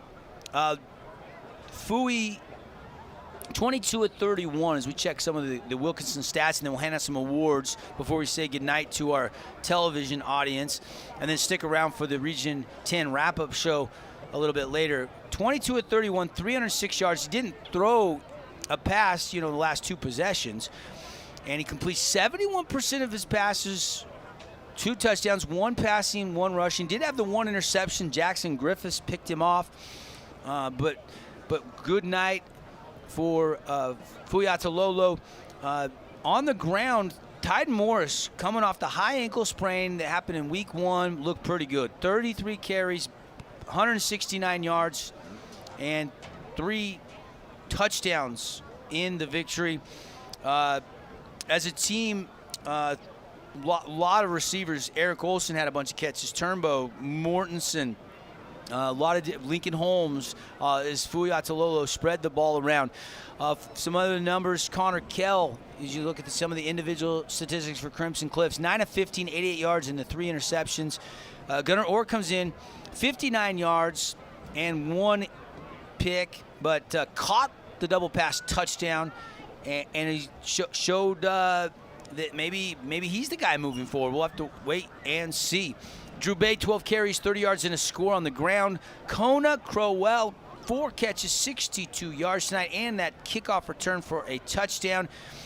And Gunnar Orr, 3 receptions for 54 yards and the touchdown, 1 for 32. Jackson Ritchie left the game. Hope he's okay. Was shaken up a little bit. And we hope it's nothing serious. Hunter Baer, 3 catches, 24 yards. Some of the leaders defensively, Nate Jorgensen, 7.5 tackles and 1 sack.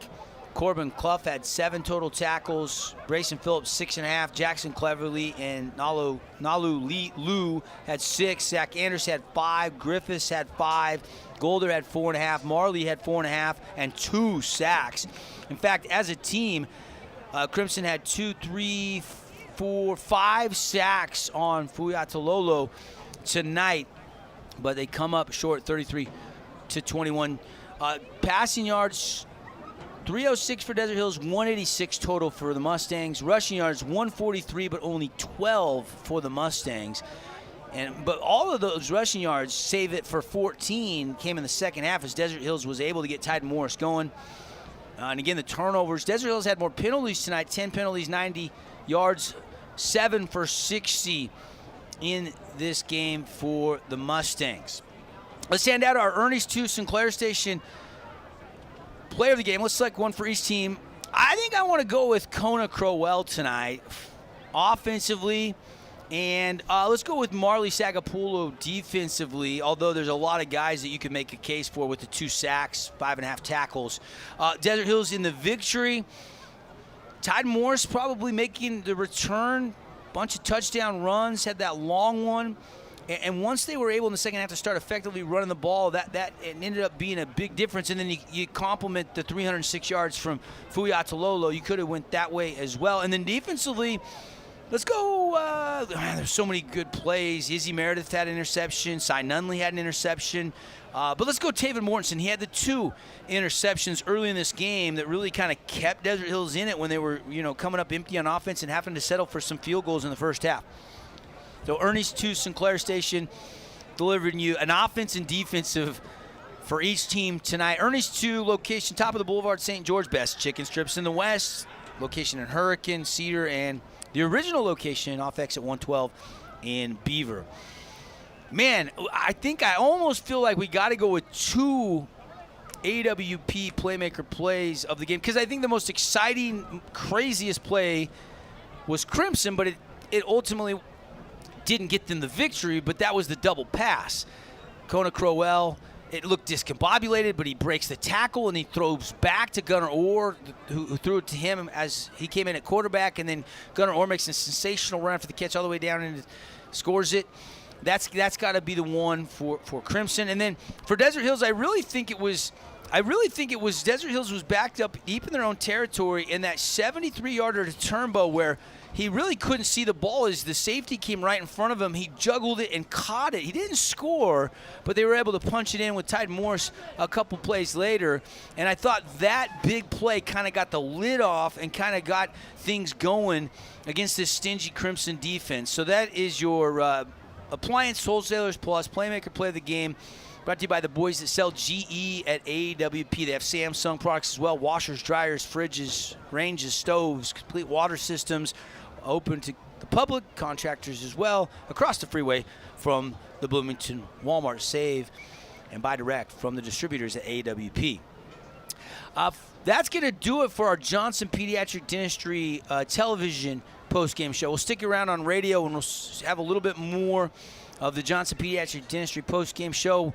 We'll see if we can get some guests in the Region 10 wrap-up show to follow. For our entire CEC TV crew, for James, Marcus, Lauren, and all our cameramen and women, for our producer back in the studio on the radio side, Jacob, for Andy Thompson, who's getting some post-game interviews, Devin Dixon saying good night to our CEC and streaming audience. Stick around on 97.7 ESPN. Lots more as we wrap up the entire night. We'll tell you Pineview over Hurricane. I will tell you Snow Canyon winning over Cedar and Desert Hills 33-21 winning over Crimson. But how'd they do it and all the storylines, stats, and the wrap-up all coming up on your number one local sports leader, 97.7 ESPN. Good night from Crimson Cliffs. We'll see you next Friday as we've got more Region 10 football. And how about next Friday? Looking forward to another good game. If you join us, it'll be Dixie and Pineview in our Ideal Home and Paint Game of the Week. We'll see you next week. We'll take the time out, come back after about a 3-minute break with more of the wrap-up show on radio. Good night to our television audience. Hope you enjoyed the broadcast.